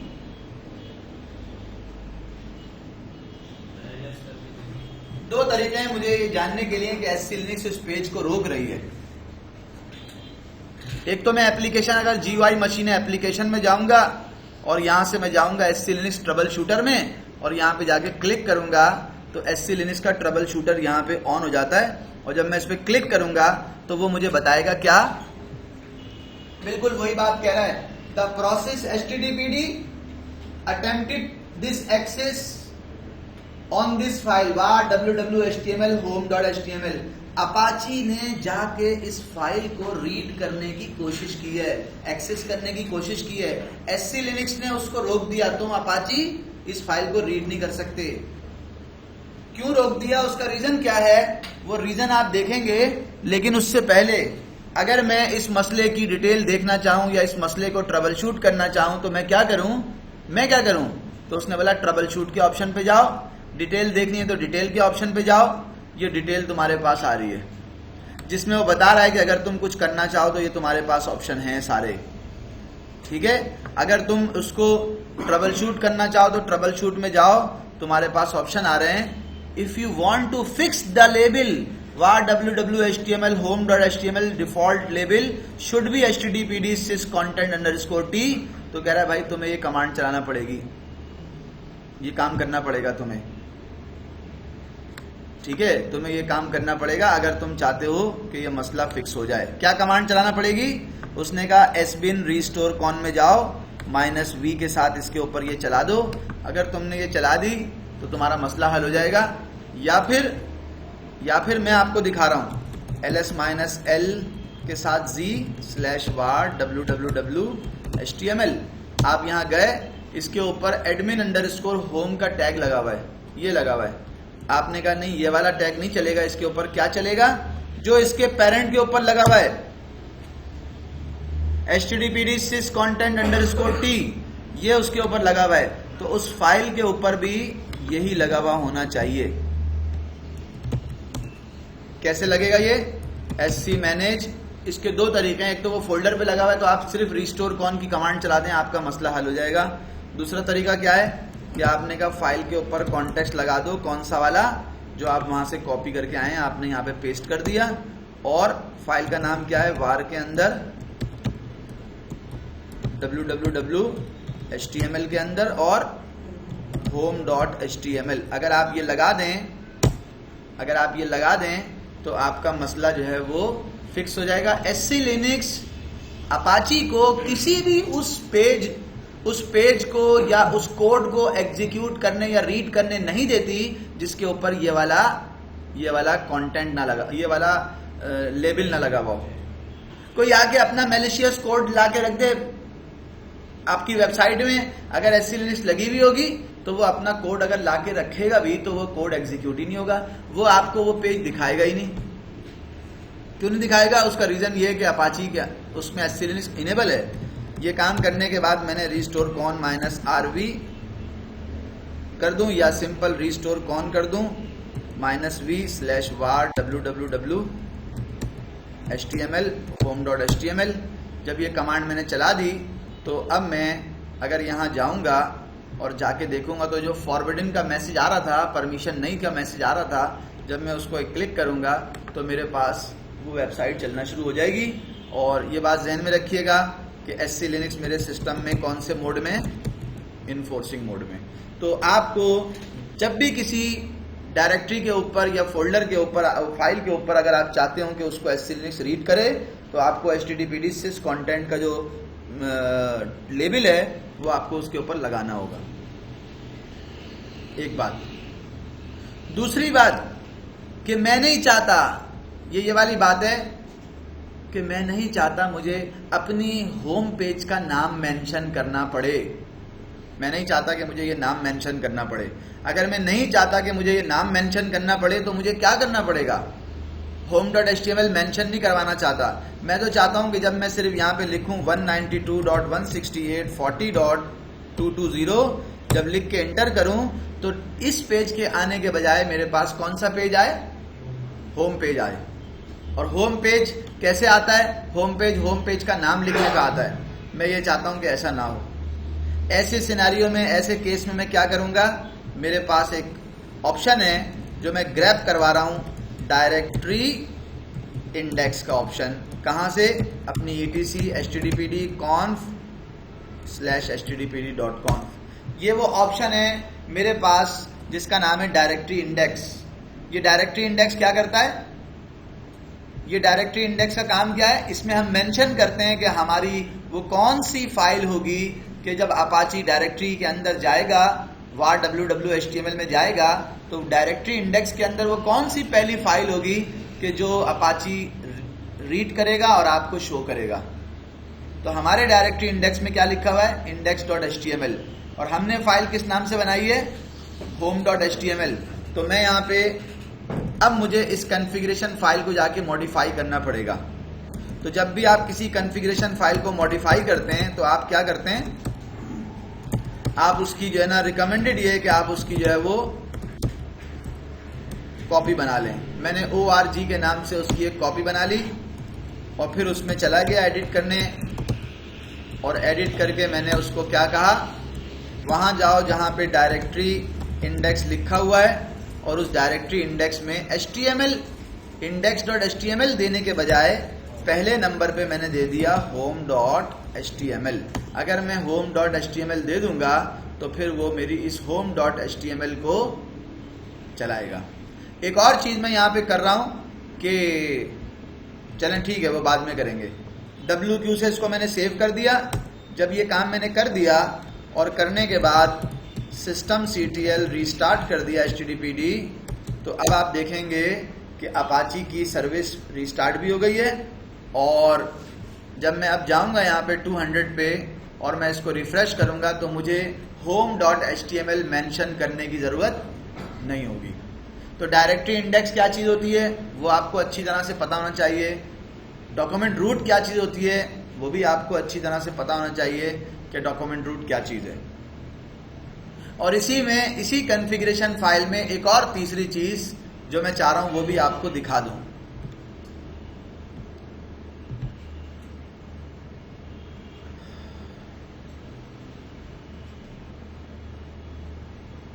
हमने अपाची इंस्टॉल किया, अपाची पे आपको HTML की साइट दिखाई।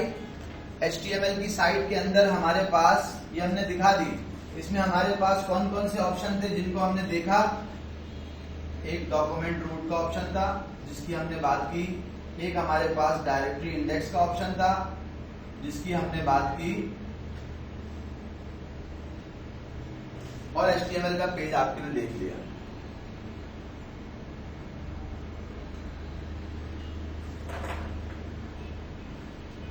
अब मुझे आपको दिखाना है क्या कि इसी अपाची के ऊपर PHP चले। तो जब मैं इस अपाची के ऊपर PHP चलाना चाहता हूं तो मुझे क्या करना पड़ेगा?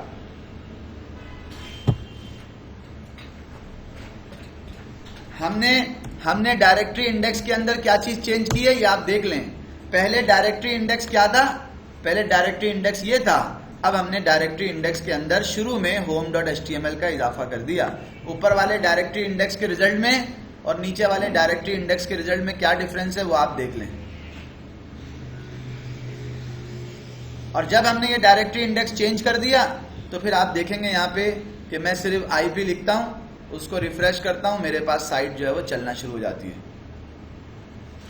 अब आ जाएं आप एक और चीज पे जो मैं बता के आगे बढ़ रहा हूं कि अगर आपके पास, फर्ज करें कि आपके पास GUI मशीन नहीं है, आपके पास GUI मशीन नहीं है, तो GUI मशीन जिसके पास नहीं है वो क्या करेगा, वो SC लिनक्स के रूल्स को कैसे देखेगा, तो वो GUI के उसके पास ऑप्शन है SC अलर्ट का -A var log audit.log, उसके पास ये ऑप्शन है कि वो SC लिनक्स से ये कहेगा, वो SC अलर्ट की कमांड चलाएगा और उसको बताएगा कि इस वाली फाइल के अंदर जो भी अलर्ट आए हुए हैं वो अलर्ट मुझे दिखा दो।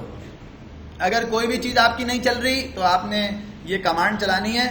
जब ये कमांड चलेगी तो वो आपको उस लॉग फाइल को रीड करके बताएगी कि लास्ट जो अलर्ट आया था वो क्या अलर्ट था।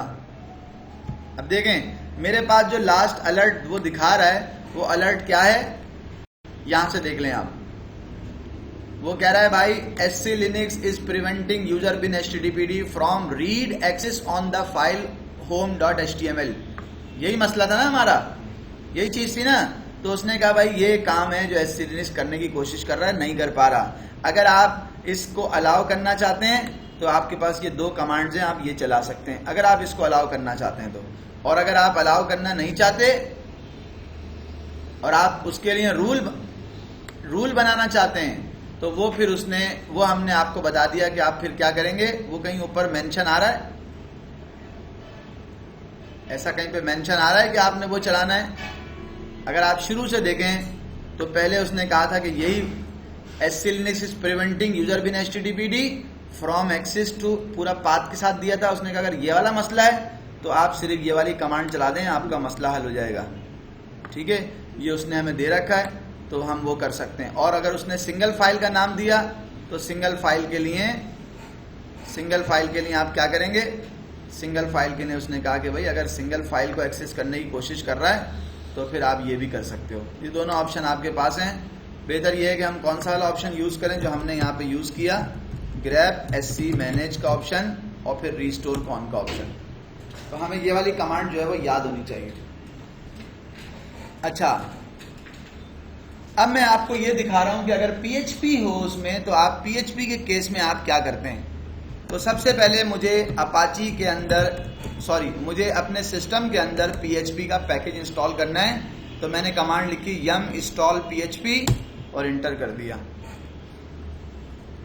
अगर मेरे सिस्टम में PHP होगा और इंस्टॉल करने से पहले आपको दिखा दूं, Ctrl+Shift+T दूसरे टर्मिनल पे दिखा दूं कि अगर मैं यहां पे लिखता हूं PHP -v तो वो कह रहा है PHP command not found, PHP की कमांड ही नहीं है।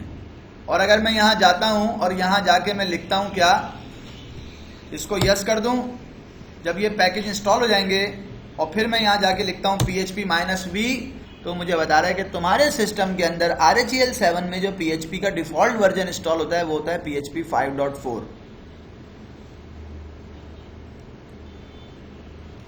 मैंने कहा ठीक है, PHP मेरे सिस्टम में इंस्टॉल हो गया। अब कुछ करने की जरूरत नहीं है, मुझे कुछ करने की जरूरत नहीं है, सिर्फ मुझे एक काम करना है। और वो क्या करना है कि मैं जाऊं vi var के अंदर www HTML के अंदर और एक फाइल बना दूं जिसका नाम होगा home.php। अगर मैं ये फाइल बना दूं home.php और इंटर कर दूं तो मेरे पास ये ऑप्शन आ गया। और मैंने कहा भाई PHP कैसे लिखते हैं, भाई कुछ बताएगा मुझे कोई? हाँ,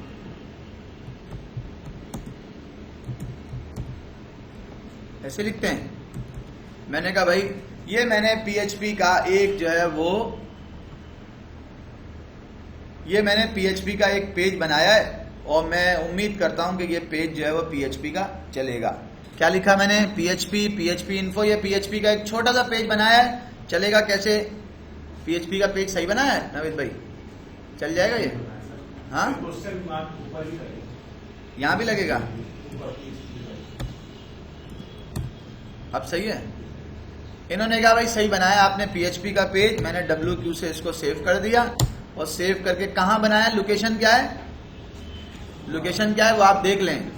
जब इस लोकेशन पे आप बनाएंगे तो आपको SC लिनक्स का लेबल लगाने की जरूरत नहीं होगी, क्योंकि आपने उस डायरेक्टरी में जाके बनाया है।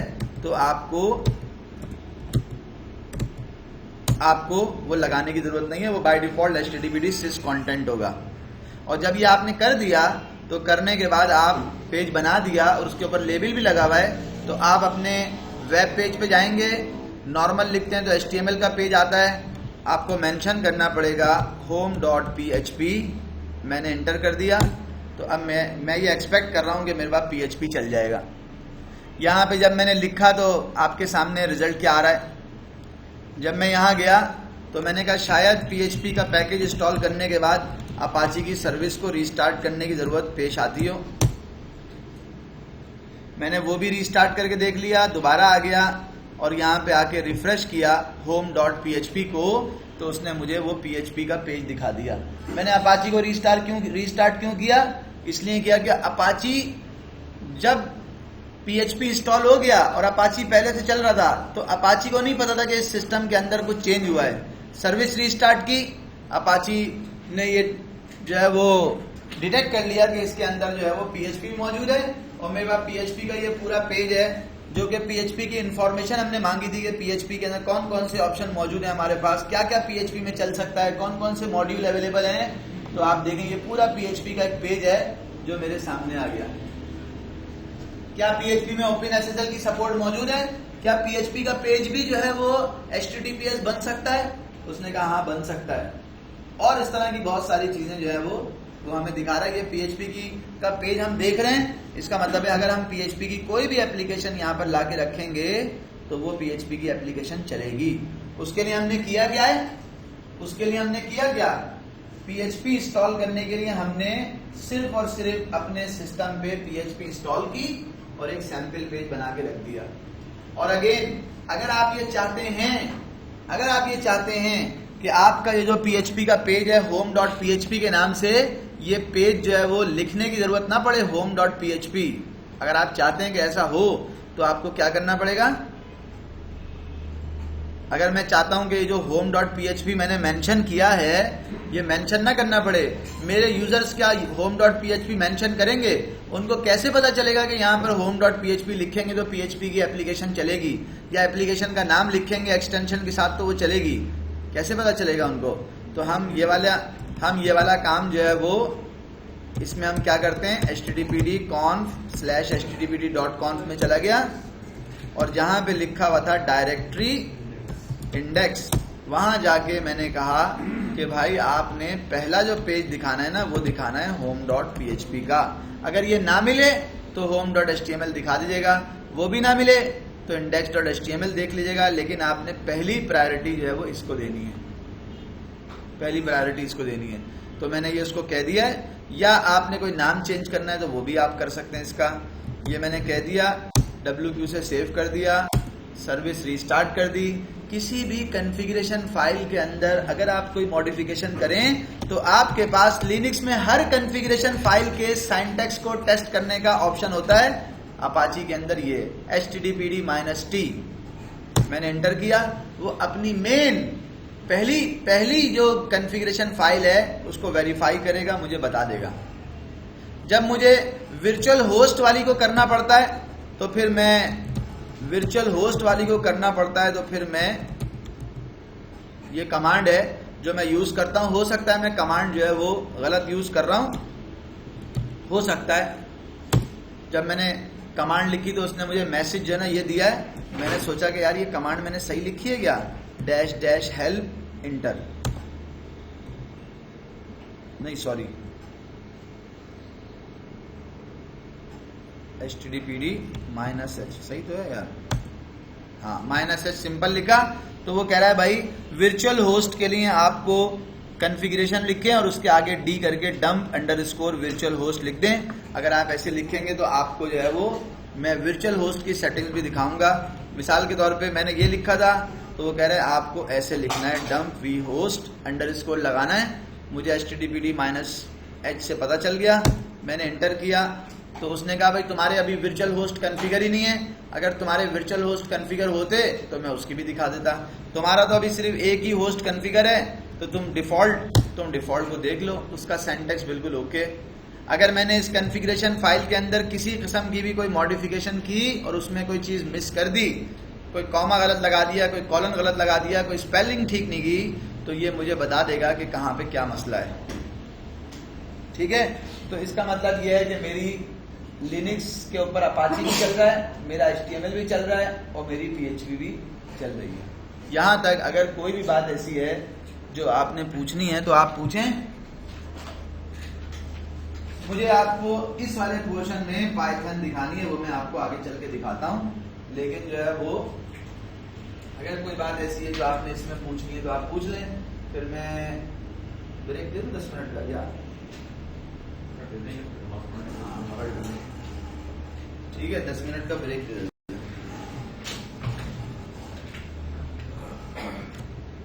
फिर मैंने आपको वर्चुअल होस्टिंग और SSL 2 चीजें दिखानी है, तो वो भी आप नमाज पढ़ लें, फिर मैं दिखाता हूँ आपको।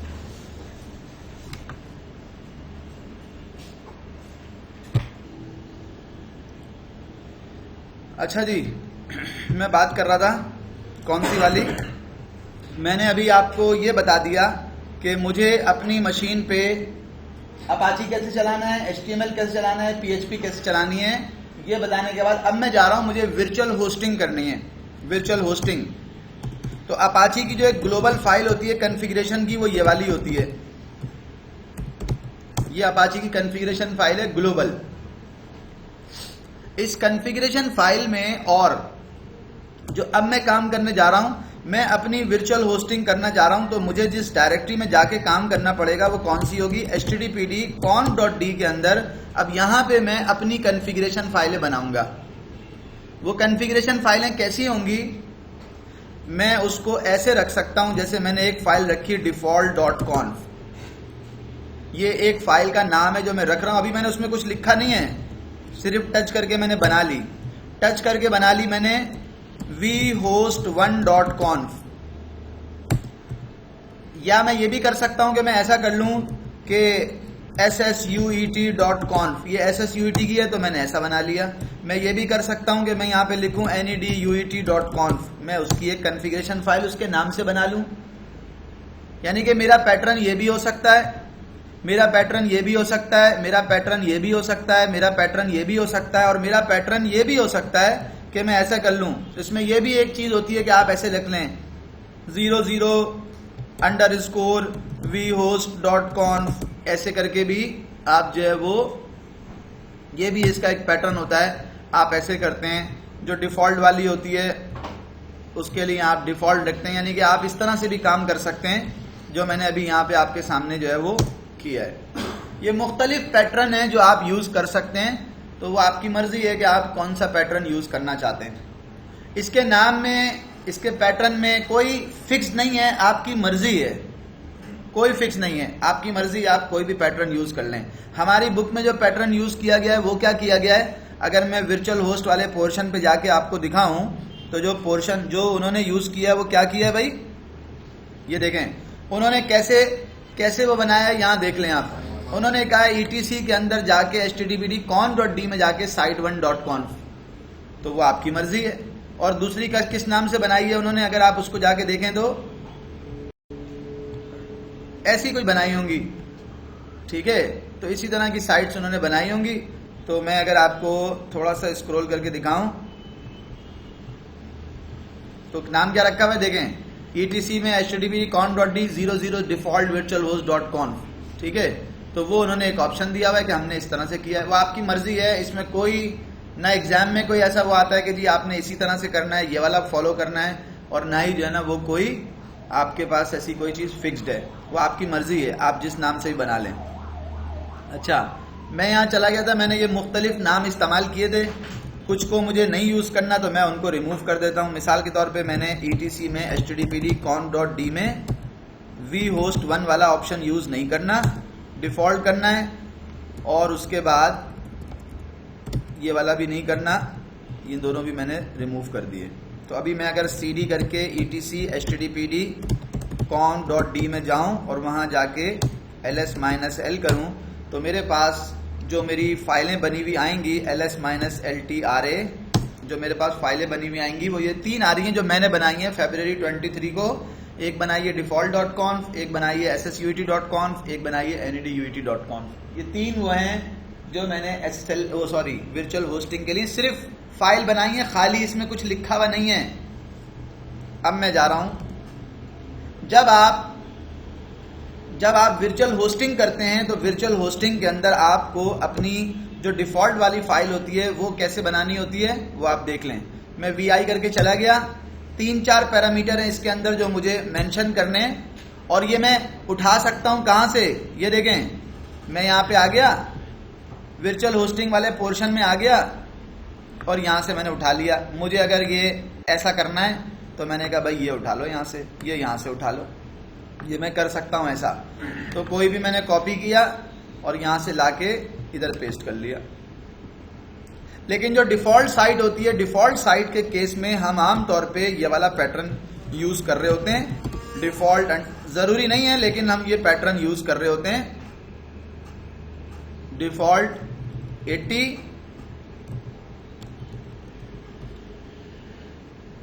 सर्वर का नाम क्या है, मैंने सर्वर का नाम दे दिया www.default.com, ये मैंने इसका नाम दे दिया।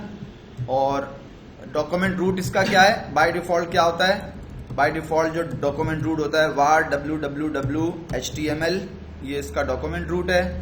ये मैंने एंट्री यहाँ पे ऐसे कर दी, var www.html। इसमें 2-3 चीजें और भी होती हैं जो हमें मेंशन करनी होती हैं। मिसाल के तौर पे हमें अगर कोई लॉग स्पेसिफाई करनी है तो वो भी हम करते हैं। कैसे करते हैं वो मैं आपको यहाँ पे लिख के दिखा रहा हूँ। एक चीज सिर्फ जो है वो वेरीफाई कर लूं कि मुझे वर्चुअल होस्ट देना है डिफॉल्ट 80, डॉक्यूमेंट रूट देना है, और डॉक्यूमेंट रूट के अंदर ये चूंकि डिफॉल्ट है तो डिफॉल्ट में हम बाज़ दफा सर्वर का नाम नहीं भी लिखते, सर्वर का नाम नहीं लिखते। मैं उसकी एक एग्जाम्पल आपको दे रहा हूं।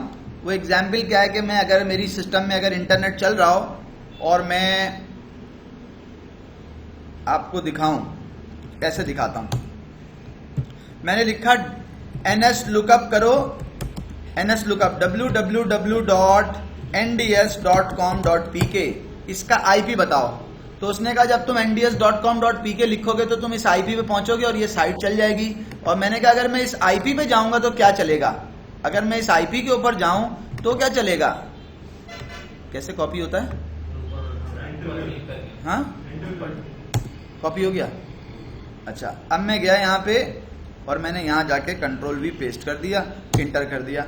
जब मैं जाऊंगा तो ये इसका कोई नाम नहीं है, ये मुझे डिफॉल्ट पेज के ऊपर लाके छोड़ देगा। ठीक है, कहाँ लाके छोड़ दिया उसने कहा भाई इस नाम की कोई साइट नहीं है, और इसने मुझे यहाँ लाके छोड़ दिया। नीचे सिर्फ एक नाम लिखा हुआ है, वो क्या लिखा हुआ है, ड्रीम होस्ट। यानी कि अगर मैं IP से जाऊंगा तो इस सर्वर के ऊपर कोई डिफॉल्ट साइट बनी हुई नहीं है जो हमें यहाँ दिखाए, बस सिर्फ ये उसके ऊपर यही वाला मैसेज आ रहा है, ये उसका डिफॉल्ट पेज है। लेकिन अगर मैं इसके नाम से जाऊंगा, ये नेम बेस्ड वर्चुअल होस्टिंग है, अगर मैं नाम से जाऊंगा तो नाम से ये मुझे मेरी वेबसाइट के ऊपर पहुंचा देगा। ये नेम बेस्ड वर्चुअल होस्टिंग की एग्जाम्पल है। और अगर आप देखेंगे कि इसके बैकएंड के ऊपर कौन सा नाम चल रहा है, इसके बैकएंड पे क्या चल रहा है, तो आप ns लुकअप करें, HTTP के साथ लगाना है तो वो लगा दें, और वैसे लगाना है तो आप वैसे लगा दें। अगर मैं लिखूं nds.com.pk तो वो मुझे वही वाला IP दे रहा होगा जो मैंने ऊपर www के साथ लिखा था, तो उसने मुझे दिखा दिया था। तो खैर, मैं जो बात आपको यहाँ बताना चाह रहा हूँ वो सिर्फ ये है कि जब हम डिफॉल्ट बना रहे होते हैं तो उसमें सर्वर का नाम मेंशन करने की जरूरत नहीं होती, उसके बगैर भी हमारा काम जो है वो चल सकता है। मैंने उसको हटा दिया, सॉरी लगे रहने चलें, कोई मसला नहीं है, अगर वो लगा भी रहता है तो कोई मुझे फर्क नहीं पड़ता। एक चीज जो मुझे यहाँ पे मेंशन करनी थी वो थी क्या, लॉग्स। लॉग्स मुझे कैसे मेंशन करनी है ये मैं आपको यहां से दिखा रहा था। मैं चाहता हूं कि मेरे इस अपाची के अंदर ना डिफरेंट लॉग्स होती हैं। अपाची में लॉग्स होती हैं एरर लॉग्स, अपाची में लॉग्स होती हैं एक्सेस लॉग्स। अगर अपाची के अंदर वेब सर्वर के अंदर किसी किस्म का कोई एरर होगा तो वो उस एरर की लॉग में डालेगा। अपाची के वेब सर्वर को कौन कौन कहां से एक्सेस कर रहा है वो एक्सेस लॉग में डालेगा। तो उसने हमें एक ऑप्शन दिया है कि अगर आपको लॉग्स देखनी है तो आप कस्टम लॉग के नाम से लॉग्स बना लें और उसके आगे कंबाइंड लिख दें। मिसाल के तौर पे मैं अगर यहां जाऊं और यहां जाके मुझे लॉग रखनी है तो मैं कैसे लिखूंगा? मैंने कहा कस्टम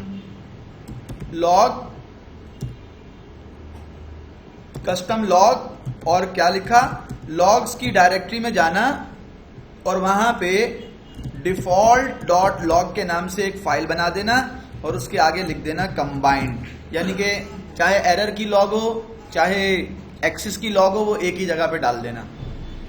ये ऑप्शन मैंने अलग अलग भी कर सकता हूं, ये ऑप्शन मैंने इस तरह से लिख दिया। क्या सही लिखा है? इसको वेरीफाई कर लूं मैं एक दफा। कस्टम लॉग L कैपिटल है। अगर ये आप देखना चाहें तो इसका मैं आपको मैन करके दिखा रहा हूं। लॉग्स के फोल्डर में default virtual host dot log है, मैंने उसको डिफॉल्ट लॉग कर दिया और आगे कंबाइंड लिख दिया। अगर आप यहां देखेंगे तो ये चीज मैंने बिल्कुल सेम वैसे कर दी है।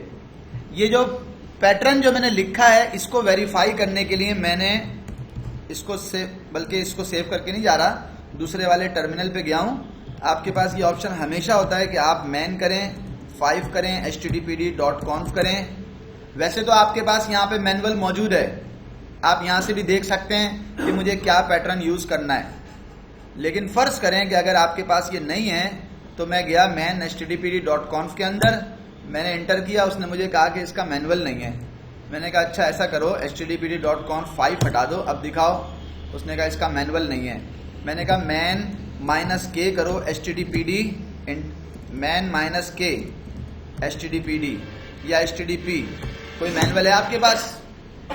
उसने कहा मेरे पास इसका कोई मैनुअल नहीं है। httpd के नाम से कोई मैनुअल है? उसने कहा मेरे पास कोई मैनुअल नहीं है। मैनुअल के लिए आपको यहीं पे जाना पड़ेगा और यहां जाके देखना पड़ेगा कि कहीं पे, बैक कर लिया मैंने, कहीं पे लॉग का कोई ऑप्शन है? उसने कहा लॉग फाइल्स का ऑप्शन है, क्लिक करो। कैसे मेंशन करना होता है लॉग फाइल्स, ये आपको इस पेज के ऊपर कहीं ना कहीं दिखा देगा। एरर की लॉग होती हैं, एरर की लॉग का फॉर्मेट होता है, और स्क्रॉल करके आ जाओ। कैसे देखना है? लॉग का लेवल होता है, अगर मेंशन करना है तो वो भी कर सकते हैं। लॉग का फॉर्मेट होता है। हमें कहां से मिल गया? बोला अगर लॉग का फॉर्मेट देना है तो ये custom log, access log, common, बोला ये फॉर्मेट है, आप इस तरह से ये चीजें एंटर कर सकते हो। बहरहाल मैं वापस यहाँ पे आ गया हूं और मैंने यहाँ पर जो एंट्री की है वो आपके सामने है। ये करने के बाद एक चीज मुझे और करनी है इसमें, बल्कि WQ से मैंने सेव किया, इसमें मुझे कुछ नहीं करना। सेव किया, WQ से बाहर आ गया और बाहर आके मैंने अपने सिस्टम CTL रीस्टार्ट किया httpd।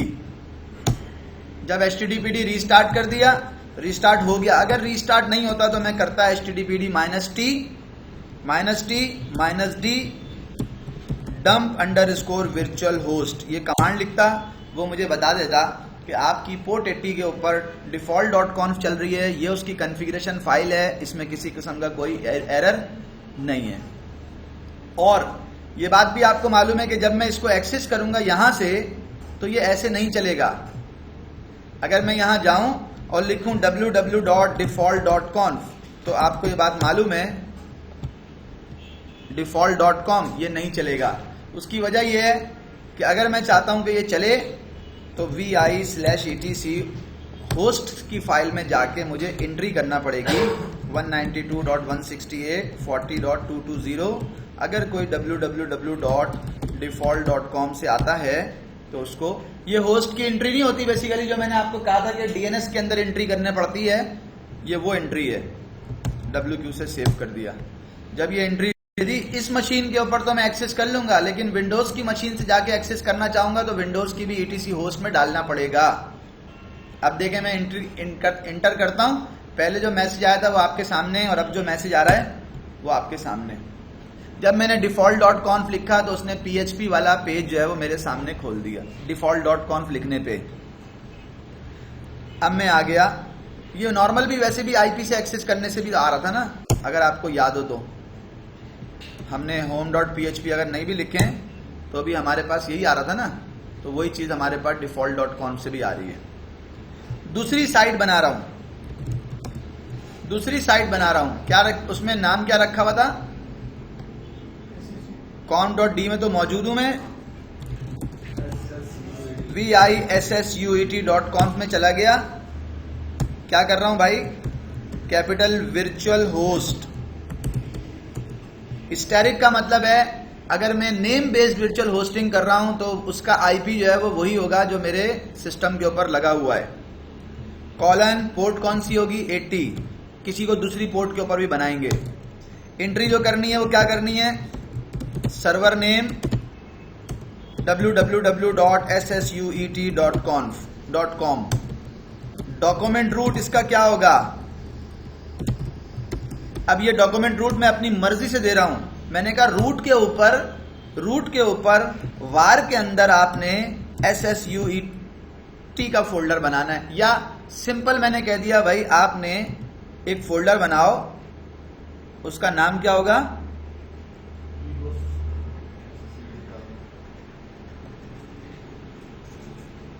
फर्ज करो कि मैंने उसका नाम दे दिया यहां पे साइट्स, एक फोल्डर साइट्स का, उसमें SSUET का एक फोल्डर मैंने कहा बना दो। उसके अंदर जो है वो आपने रखनी है साइट SSUET की, एक फोल्डर है उसमें साइट रखेंगे। और जब ये मैंने मेंशन कर दिया, और कोई चीज मुझे मेंशन करने की जरूरत नहीं है, मैंने कहा इसकी लॉग मुझे कस्टम नहीं बनानी, सिर्फ ये 2 एंट्री काफी है वर्चुअल होस्टिंग के लिए। और जब आपने वर्चुअल होस्टिंग वाले को क्लोज करना है तो आपने वर्चुअल होस्ट इस तरह से दे दिया। अब ये जो वर्चुअल होस्ट वाला ऑप्शन है ये काम नहीं करेगा। इसमें क्या चीज मुझे मेंशन करनी है, मैंने कहा डायरेक्टरी साइट्स के अंदर SSUET, ये वो डायरेक्टरी है साइट्स के अंदर SSUET, ये वो डायरेक्टरी है जिसके ऊपर मैं देना चाह रहा हूं एक्सेस। तो मैंने यहां पे क्या लिखा है, कौन इसको एक्सेस कर सके और कौन एक्सेस ना कर सके। तो मैंने यहां पे लिख दिया,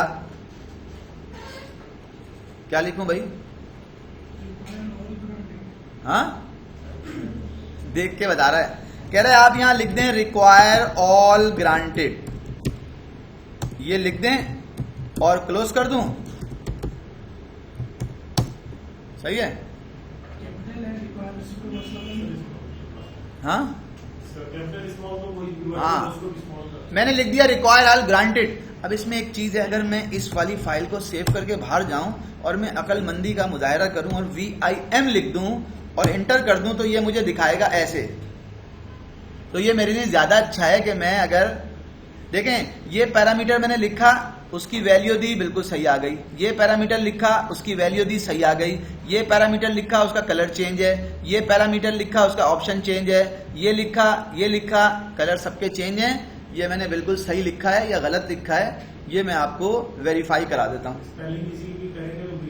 हाँ, वो चेंज हो जाएगी, पैटर्न चेंज हो जाएगा, आपको नजर आ जाएगा। अगर मैं यहाँ पे, इन्होंने कहा कि क्या करूं, रिक्वायर को क्या कैपिटल कर दूं, कैपिटल, इन्होंने कहा उसको कैपिटल कर दें, तो मैंने रिक्वायर ऑल ग्रांटेड को कैपिटल कर दिया। इसका मतलब है कोई मसला नहीं है, सही है, कोई मसला नहीं है। अगर मैं रिक्वायर लिखता और वो स्मॉल होता या कैपिटल होता तो उससे मुझे कोई फर्क नहीं पड़ रहा, तो मैंने कहा भाई मैं स्मॉल में लिख देता हूं, मैंने लिख दिया और इसको WQ से सेव कर दिया। अब इसका मतलब ये है कि मैं ये इसको बता रहा हूँ, थोड़ा सा आगे चल के रिस्ट्रिक्ट भी करूंगा, ये मैं इसको बता रहा हूँ कि कोई अगर इस डायरेक्टरी में जाने की कोशिश करे तो उसको जाने देना। WQ से सेव कर दिया। दूसरी फाइल खोली नहीं, बल्कि क्या किया, SSUET.conf के अंदर का जो डाटा था वो मैंने भेज दिया NED-UET के अंदर, एज इट इज चला गया। और VI करके NED-UET में चला गया और उसमें जाके क्या क्या चेंज करना है, मैंने कहा %S सर्च करो, जहां पे लिखा हुआ है SSUET, वहां पे जाके NED-UET लिख दो, बस ये चेंज कर दो, बाकी मेरा सारा काम ओके। उसने यहां पे NED लिख दिया, यहां पे भी NED लिख दिया, यहां पे भी NED लिख दिया, और उसने जनाब WQ से मैंने उसको सेव कर दिया। जब ये सेव हो गया तो दोनों फाइलों को अगर मैं ओपन करके देखूंगा तो आप देखेंगे कि दोनों फाइलें चेंज होंगी, सेम नहीं होंगी, क्योंकि मैंने उसमें और यही हमें एग्जाम के अंदर भी इसी तरह के उसको फॉलो करना होता है कि अगर हमें एक ही तरह की चीजें बनानी है तो हम उसको इस तरह कर सकते हैं ताकि हमारा टाइम थोड़ा सा टाइपिंग का बच जाए। तो अब ये दो अलग अलग साइट्स हैं, इन दो अलग अलग साइट्स के ऊपर मैंने रिक्वायर ऑल ग्रांटेड कर दिया है, डॉक्यूमेंट रूट उनके कर दिए हैं, सब कुछ सेट कर दिया है। 3 साइट्स बनानी थी, एक डिफॉल्ट हो गई, 2 साइट 1 हो गई, एक साइट NAD की हो गई, एक साइट SSUET की हो गई। सिस्टम को जाके रीस्टार्ट कर रहा हूं HTTPD। तीनों अभी नॉर्मल हैं, तीनों अभी वो नहीं है, उनमें से कोई भी SSL नहीं है, ठीक है, लेकिन 3 चलनी चाहिए। अगर विंडोज के सिस्टम से एक्सेस करना होगा तो क्या करना होगा, उसकी भी ETC होस्ट में जाके एंट्री करना पड़ेगी YY देख लो क्या कर रहा हूं, SSUET.com और NADUET.com दोनों में लिख दिया। एक ही पेज, एक ही फाइल, उस पे एक ही सर्वर पे जा रही हैं तीनों, यस, WQ से सेव कर दिया। और यही चीज अगर मैं कॉपी कर सकूं तो मैं इसको कॉपी करूंगा यहां से, और विंडोज में भी अगर मैं चाहता हूं कि विंडोज से एक्सेस करूं तो विंडोज में भी डाल दूंगा, लेकिन पहले लिनक्स से एक्सेस करके देखता हूं। default.conf लिख रहा हूं, साइट आ रही है ये वाली, default.conf लिख रहा हूं, साइट आ रही है ये वाली। और जब जाके यहां लिखता हूं www.ssuet.com तो कौन सी साइट आएगी, नहीं आएगी, फॉरवर्डिंग नहीं लगेगी। टेस्ट पेज आया। जब मैं जाऊंगा, क्यों आया वजह बता रहा हूं, जब मैं लिखूंगा www.neduet.com तो कौन सा पेज आएगा, टेस्ट पेज। NAD के केस में भी टेस्ट पेज आ रहा है, इसके केस में भी टेस्ट पेज आ रहा है, लेकिन जो मेरी डिफॉल्ट है उसके केस में क्या आ रहा है भाई, डिफॉल्ट के केस में क्या आ रहा है, ये वाला पेज आ रहा है, NAD के केस में ये वाला और इसके केस में ये वाला। ऐसा क्यों आ रहा है, ऐसा इसलिए आ रहा है कि मैंने HTTPD -t-d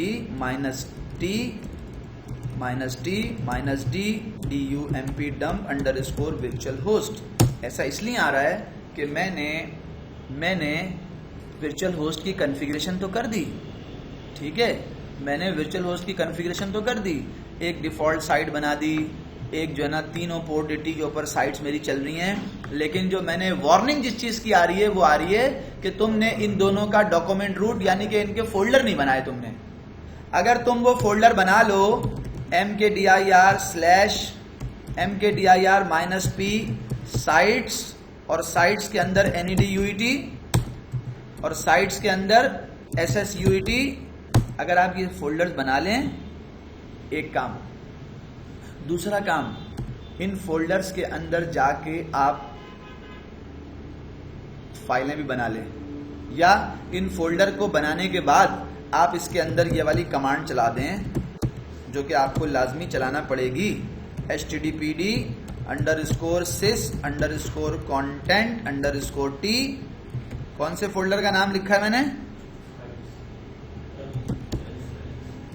साइट्स,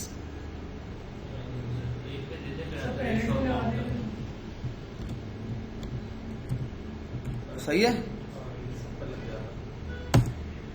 अगर मैं ये कह दूंगा साइट्स तो उसके अंदर भी लग जाएगा, उसने कहा हाँ लग जाएगा, फिर मैंने कहा restore con -rv/sites, ये काम कर दिया।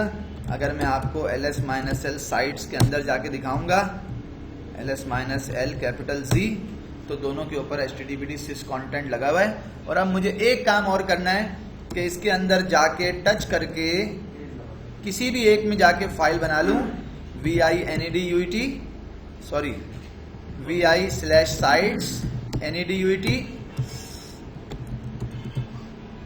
और index.html, ये बनाया इसमें, और इसको कह दिया कि भाई HTML हेडिंग 1 क्या लिखा, वेलकम टू NAD, यही NAD की फाइल है ना ये, NADUET। एक्सटेंशन में SPM सेव कर देना। क्या? अच्छा सॉरी, HTM हो गया, गलत हो गया ना, तो मैंने कहा कोई बात नहीं, MV कर दो इसको, ETC sorry sites NADUIT index.html ऐसा कर दो।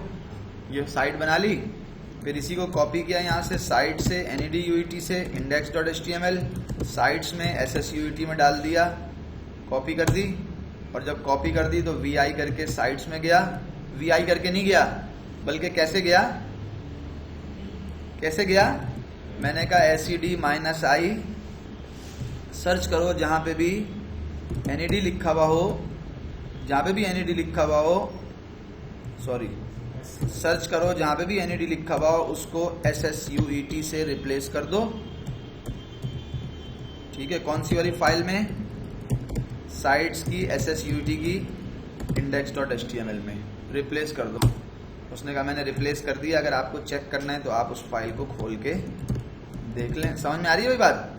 जल्दी जल्दी नहीं जा रहा, सिर्फ तुम्हारी वजह से जा रहा हूँ कि तुम्हारी बेगम का फोन आया था, इसलिए तो जल्दी कर रहा हूँ।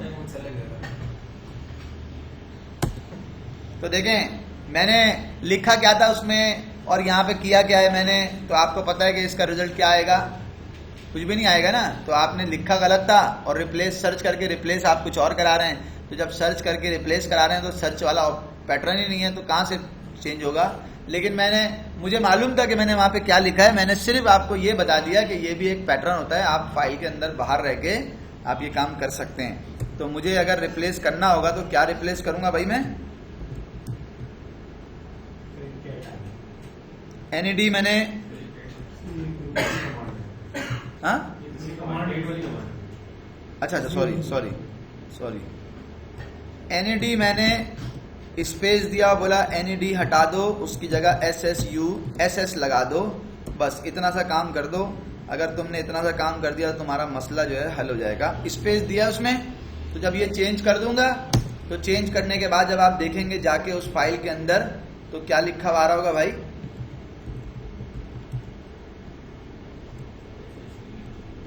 क्या लिखा आ रहा होगा ये आप अभी यहां पे देख सकते हैं। सॉरी SSUET लिखा आ गया। ठीक है, तो ये काम मैंने कर दिया है।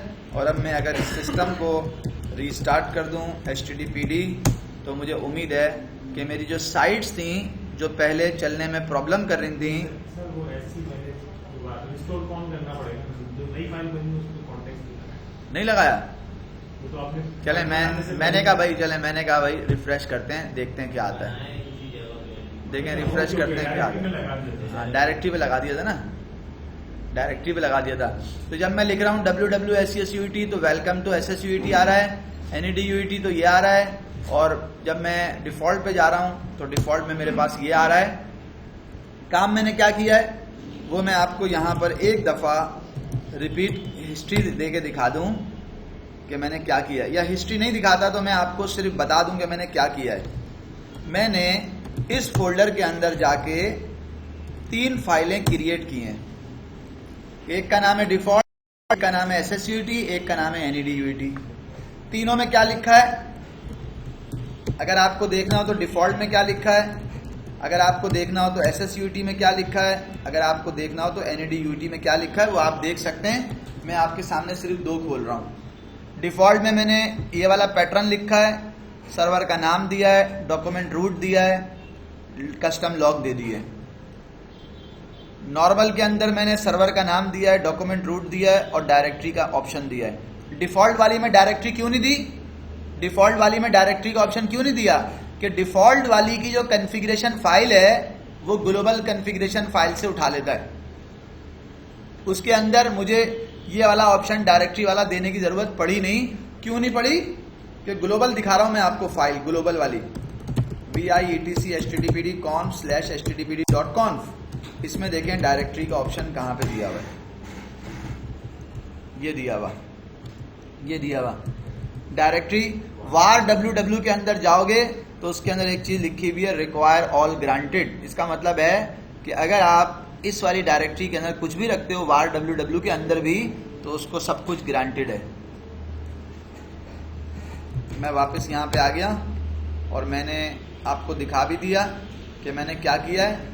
ये वो पैटर्न है जो मैंने यूज किया है क्या करने के लिए, अपनी एक वर्चुअल होस्ट बनाने के लिए। फर्ज करें कि आप ये कहते हैं कि मुझे नेम बेस्ड वर्चुअल होस्टिंग नहीं करनी बल्कि मुझे आईपी बेस्ड वर्चुअल होस्टिंग करनी है, तो मुझे क्या करना पड़ेगा, आईपी बेस्ड। मैंने कहा सीपी करो, SSUET की फाइल को कॉपी करो, सेम SSUET को, और इसको कर दो क्या, SSUET की कॉपी करो, इसको कर दो क्या, fast.conf कर दो। उसने कॉपी बना दी। मैंने कहा fast.conf के अंदर जाओ और fast.conf में जाके कंट्रोल वो प्लस सर्च प्लस जहां पे भी लिखा हुआ है SSUET वहां पे कर दो फास्ट, ये चेंज कर दो। उसने फास्ट कर दिया। मैंने कहा ठीक है, WQ से सेव कर लो। क्या दिखाना क्या चाह रहा था इसमें मैं, आईपी बेस्ड। तो मैंने इसको कहा कि भाई यहां जाके स्टैटिक की जगह पे आईपी लिख दो, क्या 192.168.40.221 220 तो था उसका, मैं इसके ऊपर एक और आईपी लगाऊंगा और उसको 220 दे दूंगा, 221।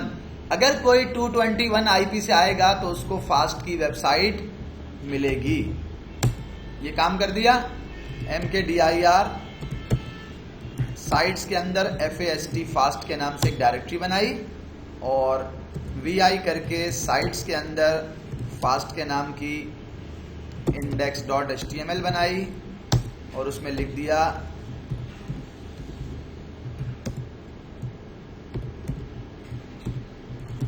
we are fastian, ऐसे लिखते हैं ना, सही लिखा मैंने।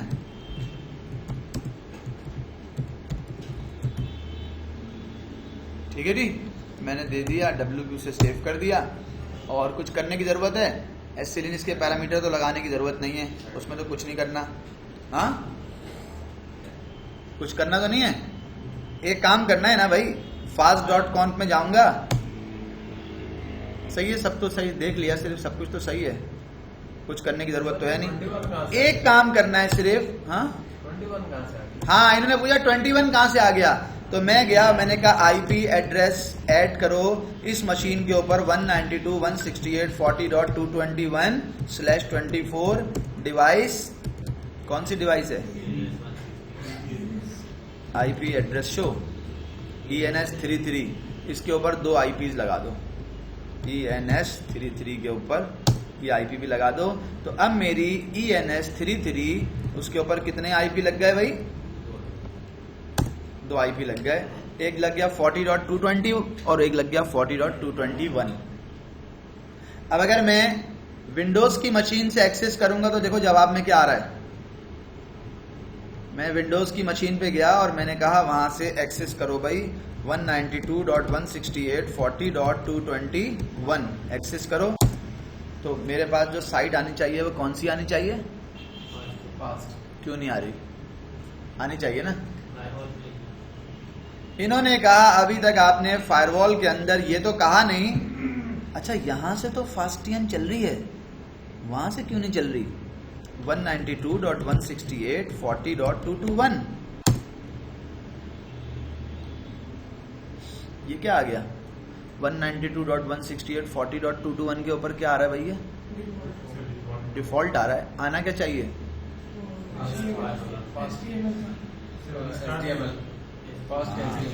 बोल रहे हैं HTTPD, आपने रीस्टार्ट तो किया नहीं,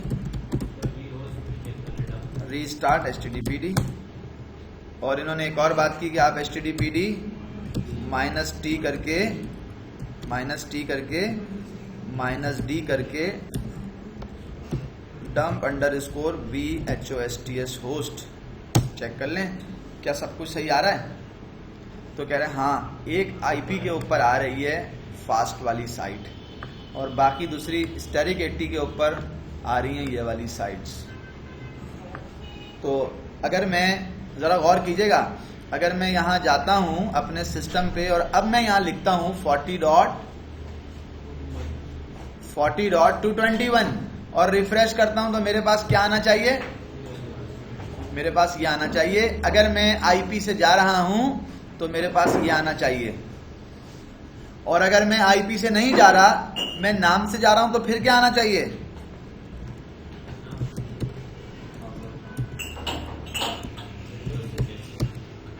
अगर मैं नाम से जा रहा हूं www.fast.com, तो फिर मेरे पास यहां पे इसकी एंट्री ऐसी होनी चाहिए। कहां पे? vi/etc होस्ट के अंदर YYP से पेस्ट। मैं इसको ये मेंशन करूंगा कि भाई अगर कोई फास्ट के ऊपर जाना चाहेगा तो वो नेम बेस्ड नहीं हुई हुई वर्चुअल होस्टिंग, वो आईपी बेस्ड हुई हुई है। वो एक ही सर्वर के ऊपर दो अलग अलग आईपीज हैं और उसके ऊपर वर्चुअल होस्टिंग हुई हुई है। ये मैंने इसको बता दिया। अब मुझे अगर मैं आईपी से जाऊं या नाम से जाऊं, दोनों सूरतों में मेरे पास जो साइट खुलेगी वो साइट कौन सी होगी? वो ये वाली साइट होगी www.fast.com। विंडोज से भी चेक करने क्यों नहीं आ रहा? हाँ, विंडोज से इन्होंने कहा क्यों नहीं आ रही, तो विंडोज से ना आने का एक ही जो है ना वो मकसद है, वो एक ही वो है कि हमने अपनी फायरवॉल के अंदर क्या पोर्ट 80 अलाउ की हुई है? नहीं की हुई। हमने अपनी फायरवॉल के अंदर क्या HTTP की सर्विस अलाउ की हुई है? नहीं की हुई। तो मैंने कहा परमानेंट डैश ऐड करो service is equal to HTTP। ऐसा नहीं किया, अभी मैंने बनाई नहीं है। परमानेंट ऐड कर दो और फायरवॉल के अंदर उसको रीलोड कर दो। किसी और जोन में एक्टिव हुआ हुआ है, जब भी तो उस पे चल रही है, लिनक्स पे चल रही है, लिनक्स पे, दूसरी मशीन पे चल रही है। हाँ, लोकल पे तो चलेगी ना, अच्छा, वो लोकल दूसरी भी है, दूसरी नहीं है, लोकल पे तो चलेगी ना। तो मैंने अब यहाँ चला गया मैं, और अब मैंने यहाँ जाके कहा, खुद ही आ गई है, बोले हाँ आ गई। तो मैंने कहा भाई अगर मैं लिखूंगा www.fastfast.com, इंटरनेट पे तो नहीं ले जाओगे? बोला मैं तो इंटरनेट पे ले जाऊंगा तुम्हें। तो www.fast.com में ये कहाँ पे लेके जा रहा है भाई मुझे? मैंने कहा भाई इसको तुम बंद करो। अगर मैं ये चाहता हूं कि ऐसा करूं तो CMD लिखूंगा, यहाँ पे राइट माउस क्लिक करूंगा, रन एज एडमिनिस्ट्रेटर करूंगा। विंडोज के भी अगर चाहता हूं DNS पे ना जाए तो विंडोज में नोटपैड खोलूंगा, विंडोज में नोटपैड खोलूंगा, C:\/ विंडोज लिखूंगा। विंडोज में फिर आपको क्या करूंगा, विंडोज में \system32 लिखूंगा, सिस्टम 32 लिखूंगा, फिर ड्राइवर्स लिखूंगा, फिर ड्राइवर्स के अंदर ETC लिखूंगा,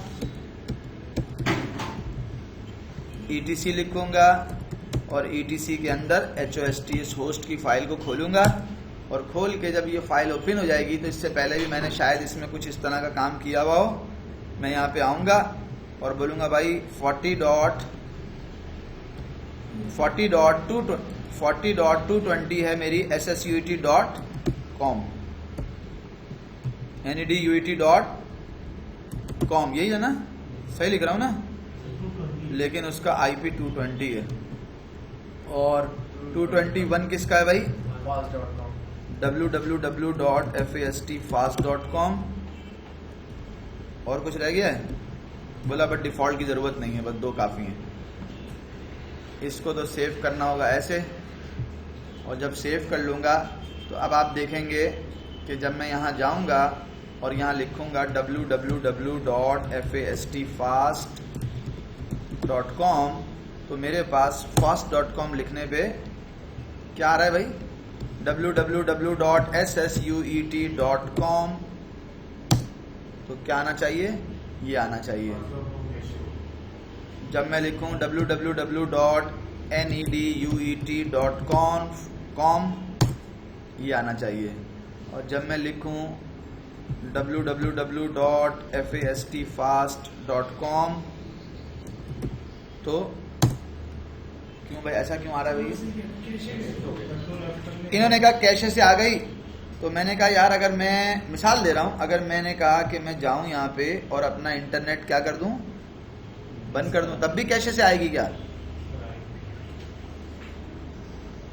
वाईफाई मैंने डिसेबल कर दिया, बोला वाईफाई डिसेबल कर दो। जब वाईफाई डिसेबल हो गया और मैं यहाँ चला गया और मैंने यहाँ लिखा रिफ्रेश कर लूँ सिर्फ, मैंने कहा fast.com तो कुछ नहीं आ रहा। अब मैंने लिखा www.fast.com, HTTPS हटा दो, ये HTTPS नहीं है, fast.com, तो अब मेरे पास वो साइट आ गई। हाँ हाँ सर वो काम होता है ना, तो हाँ रिफ्रेश के ऊपर वो हाँ, उसने मुझे फास्ट की भी दे दी और उसने मुझे वो NAD की भी दे दी। नॉट सिक्योर लिखा रहा है, उसने मुझे SSUET भी दे दी। मेरे पास कितनी साइट्स आ गई हैं इस डायरेक्टरी के अंदर, ls-lt आ रहे, डिफॉल्ट भी आ गई, SSUET भी आ गई, NAD भी आ गई, फास्ट भी आ गई। अब मुझे किसी भी एक को, किसी भी दो को, किसी एक को मुझे SSL करनी है, किसी भी एक को मुझे SSL करनी है। SSL करने के लिए मुझे क्या करना पड़ेगा, अपनी इस मशीन पे, ये मेरी एग्जाम की मशीन नहीं है कि जिसमें वो बोले सर्टिफिकेट डाउनलोड करो और सर्टिफिकेट लगा दो। किस वाली को, वेबसाइट को SSL करना है भाई मैंने, इन्होंने कहा SSUET को कर दें, तो SSUET को SSL करने के लिए मैं क्या कर रहा हूं वो देख लें। सबसे पहले तो मैं एक पैकेज इंस्टॉल करूंगा जिसका नाम है mod_SSL, इंस्टॉल करूंगा mod_SSL, और दूसरा एक और पैकेज इंस्टॉल करूंगा जिसका नाम है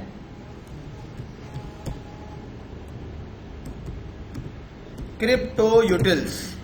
ये वो दो पैकेजेस हैं जो मैं अपने सिस्टम में इंस्टॉल कर रहा हूं। एग्जाम में मुझे सिर्फ mod_SSL का पैकेज इंस्टॉल करना है, CryptoUtils का पैकेज इंस्टॉल करने की जरूरत नहीं है। mod_SSL क्या करता है, इसका काम क्या है, ये एक मॉड्यूल है जो HTTPD जो हमारा वेब सर्वर है और OpenSSL उसके दरमियान एक मॉड्यूल का रोल प्ले करता है, mod_SSL। ये इन दोनों को कंबाइन करके चलाता है। सही है, ये अपाची के अंदर SSL का जो है वो समझे फीचर ऐड कर देता है, ये मॉड्यूल है। अब देखें लिनक्स में मॉड्यूल कहते हैं ड्राइवर को। नहीं सर, वो इसी चल रहा है, समझे ना, काफी देर से बैठे आगे मॉड्यूल लिनक्स में किसे कहते हैं, ड्राइवर का रोल प्ले करने वाले को। ठीक है, अब अगर माइक्रोसॉफ्ट में बात करें, आपको शायद ये बात समझ में आ जाएगी, एक प्रिंटर अलग है, विंडोज अलग है। प्रिंटर विंडोज को कैसे कंट्रोल कर रही है, उस ड्राइवर की वजह से। आप ड्राइवर डाल दें तो वही विंडोज इस प्रिंटर के साथ मिलके चलना शुरू कर देगा, प्रिंटर विंडोज के साथ, तो वो मॉड्यूल है। तो हमें mod_SSL इसलिए इंस्टॉल करना है। CryptoUtils क्यों इंस्टॉल करना है कि CryptoUtils हमें, हाँ सही है, अभी तो टाइम है ना,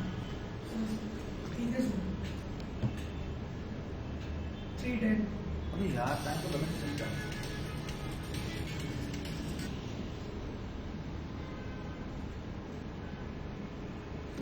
बस कर 5 मिनट। CryptoUtils क्या कर रहा है, CryptoUtils का काम है कि उसने आपको एक टूल देना है जो सर्टिफिकेट जनरेट करेगा, जिससे आप अपने सिस्टम में सेल्फ साइन सर्टिफिकेट जनरेट करके इंस्टॉल कर सकते हैं। अब ये मैंने पैकेजेस इंस्टॉल किए, उसने मुझे कहा कि ये पैकेज इंस्टॉल हो गए। अब क्या करना है भाई, स्क्रीन को क्लियर किया। उस CryptoUtils के पैकेज को इंस्टॉल करने की वजह से आपके सिस्टम में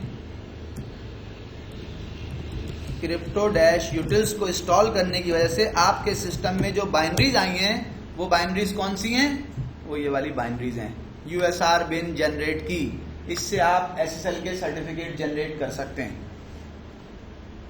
ठीक है, मैं इसके थ्रू SSL के सर्टिफिकेट जनरेट कर सकता हूं। कैसे, जिसके लिए जनरेट करना है उसका नाम लिख दें www.ssuet.com, इसके लिए सर्टिफिकेट जनरेट करना है।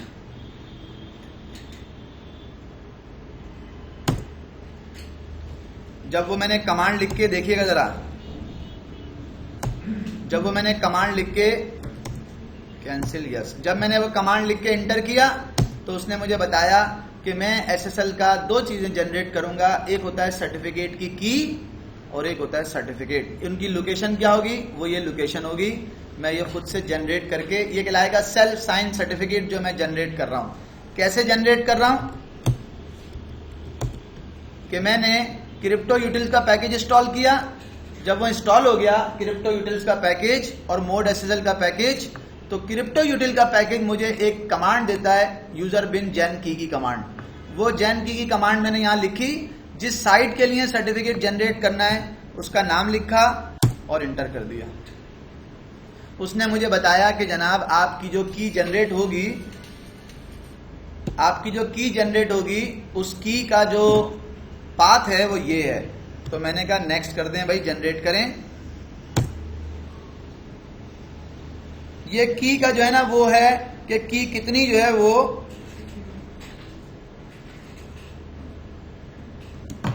ये की जो है वो कितनी सिक्योर होगी, उसकी जो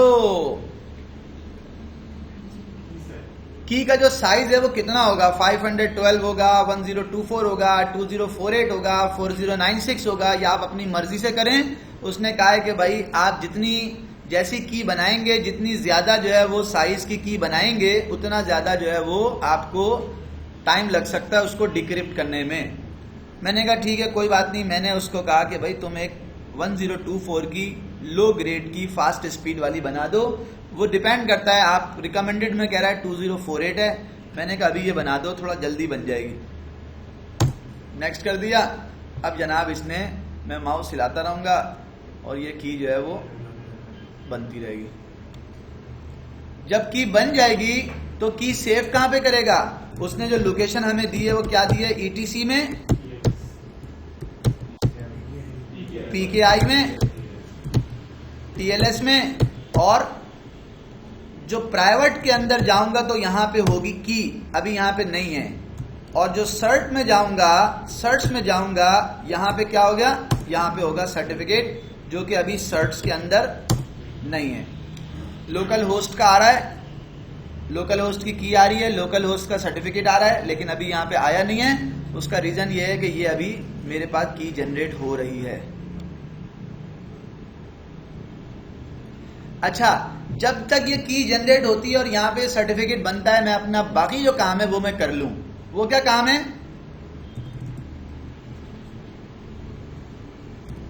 ग्रैब।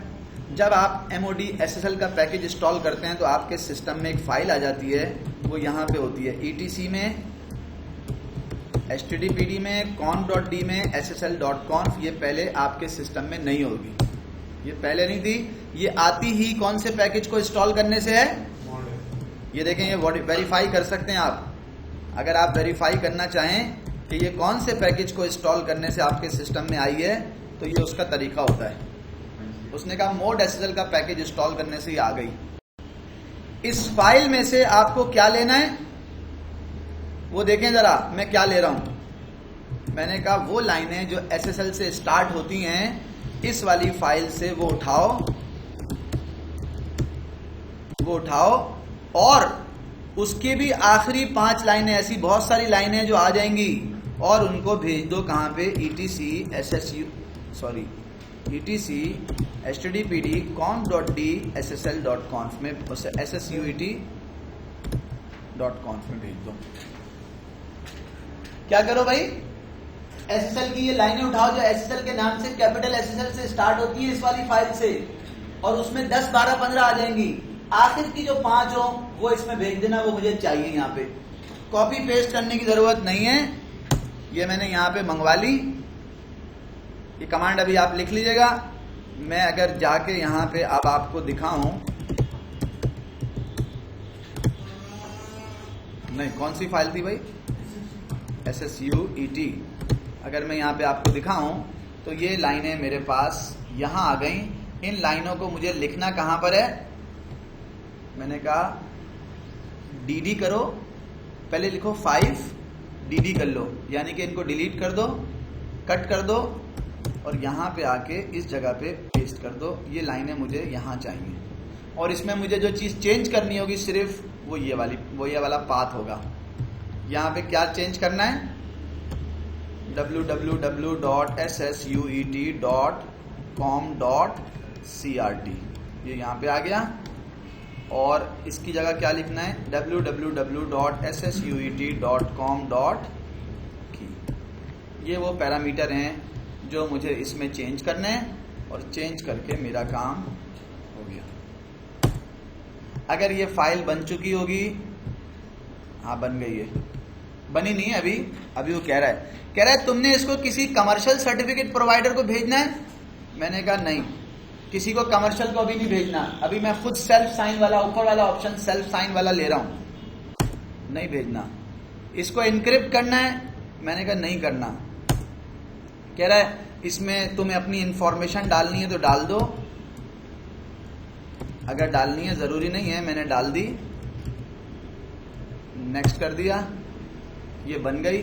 और जब ये बन गई तो ये की यहाँ पे पड़ी हुई है, सर्टिफिकेट यहाँ पे पड़ा हुआ है। मैंने सिस्टम CTL रीस्टार्ट किया HTTPD को, और मेरा काम, थोड़ा सा मैंने जल्दी किया है, मेरा काम हो चुका होगा। जब मैं कहाँ जाऊंगा, एक चीज और मॉडिफाई कर दूं,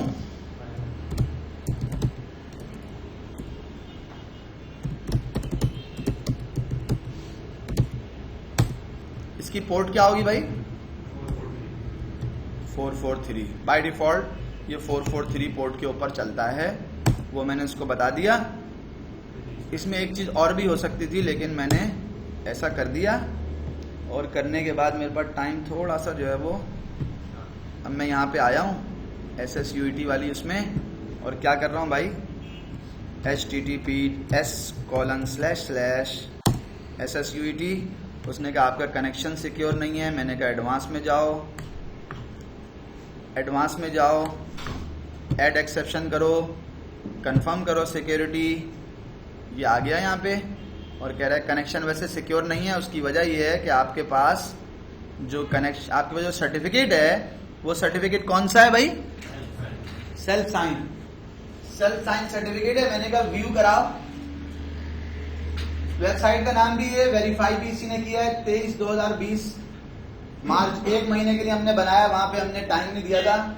अगर सर्टिफिकेट को व्यू करने जाएंगे तो जो बात हमें बताएगा वो ये बताएगा कि इशू किसने किया है, इशू किसको किया गया है, इशू किसने किया है। अगर आप किसी भी कमर्शियल सर्टिफिकेट के पास जाएंगे तो बोलेगा भाई इशू किया है CA ने, और इशू किसको किया है, इस साइट को किया है। यहां पे वो इंफॉर्मेशन नहीं आ रही। हमने चूंकि खुद से सेल्फ साइन सर्टिफिकेट है, यानी कि हम खुद कह रहे हैं भाई हम तो शरीफ हैं। सही है, इतना रख लें भाई आज। हैं क्या कह रहे थे, कमांड दिखा दूं, कमांड पहले रिकॉर्डिंग वो कर दूं।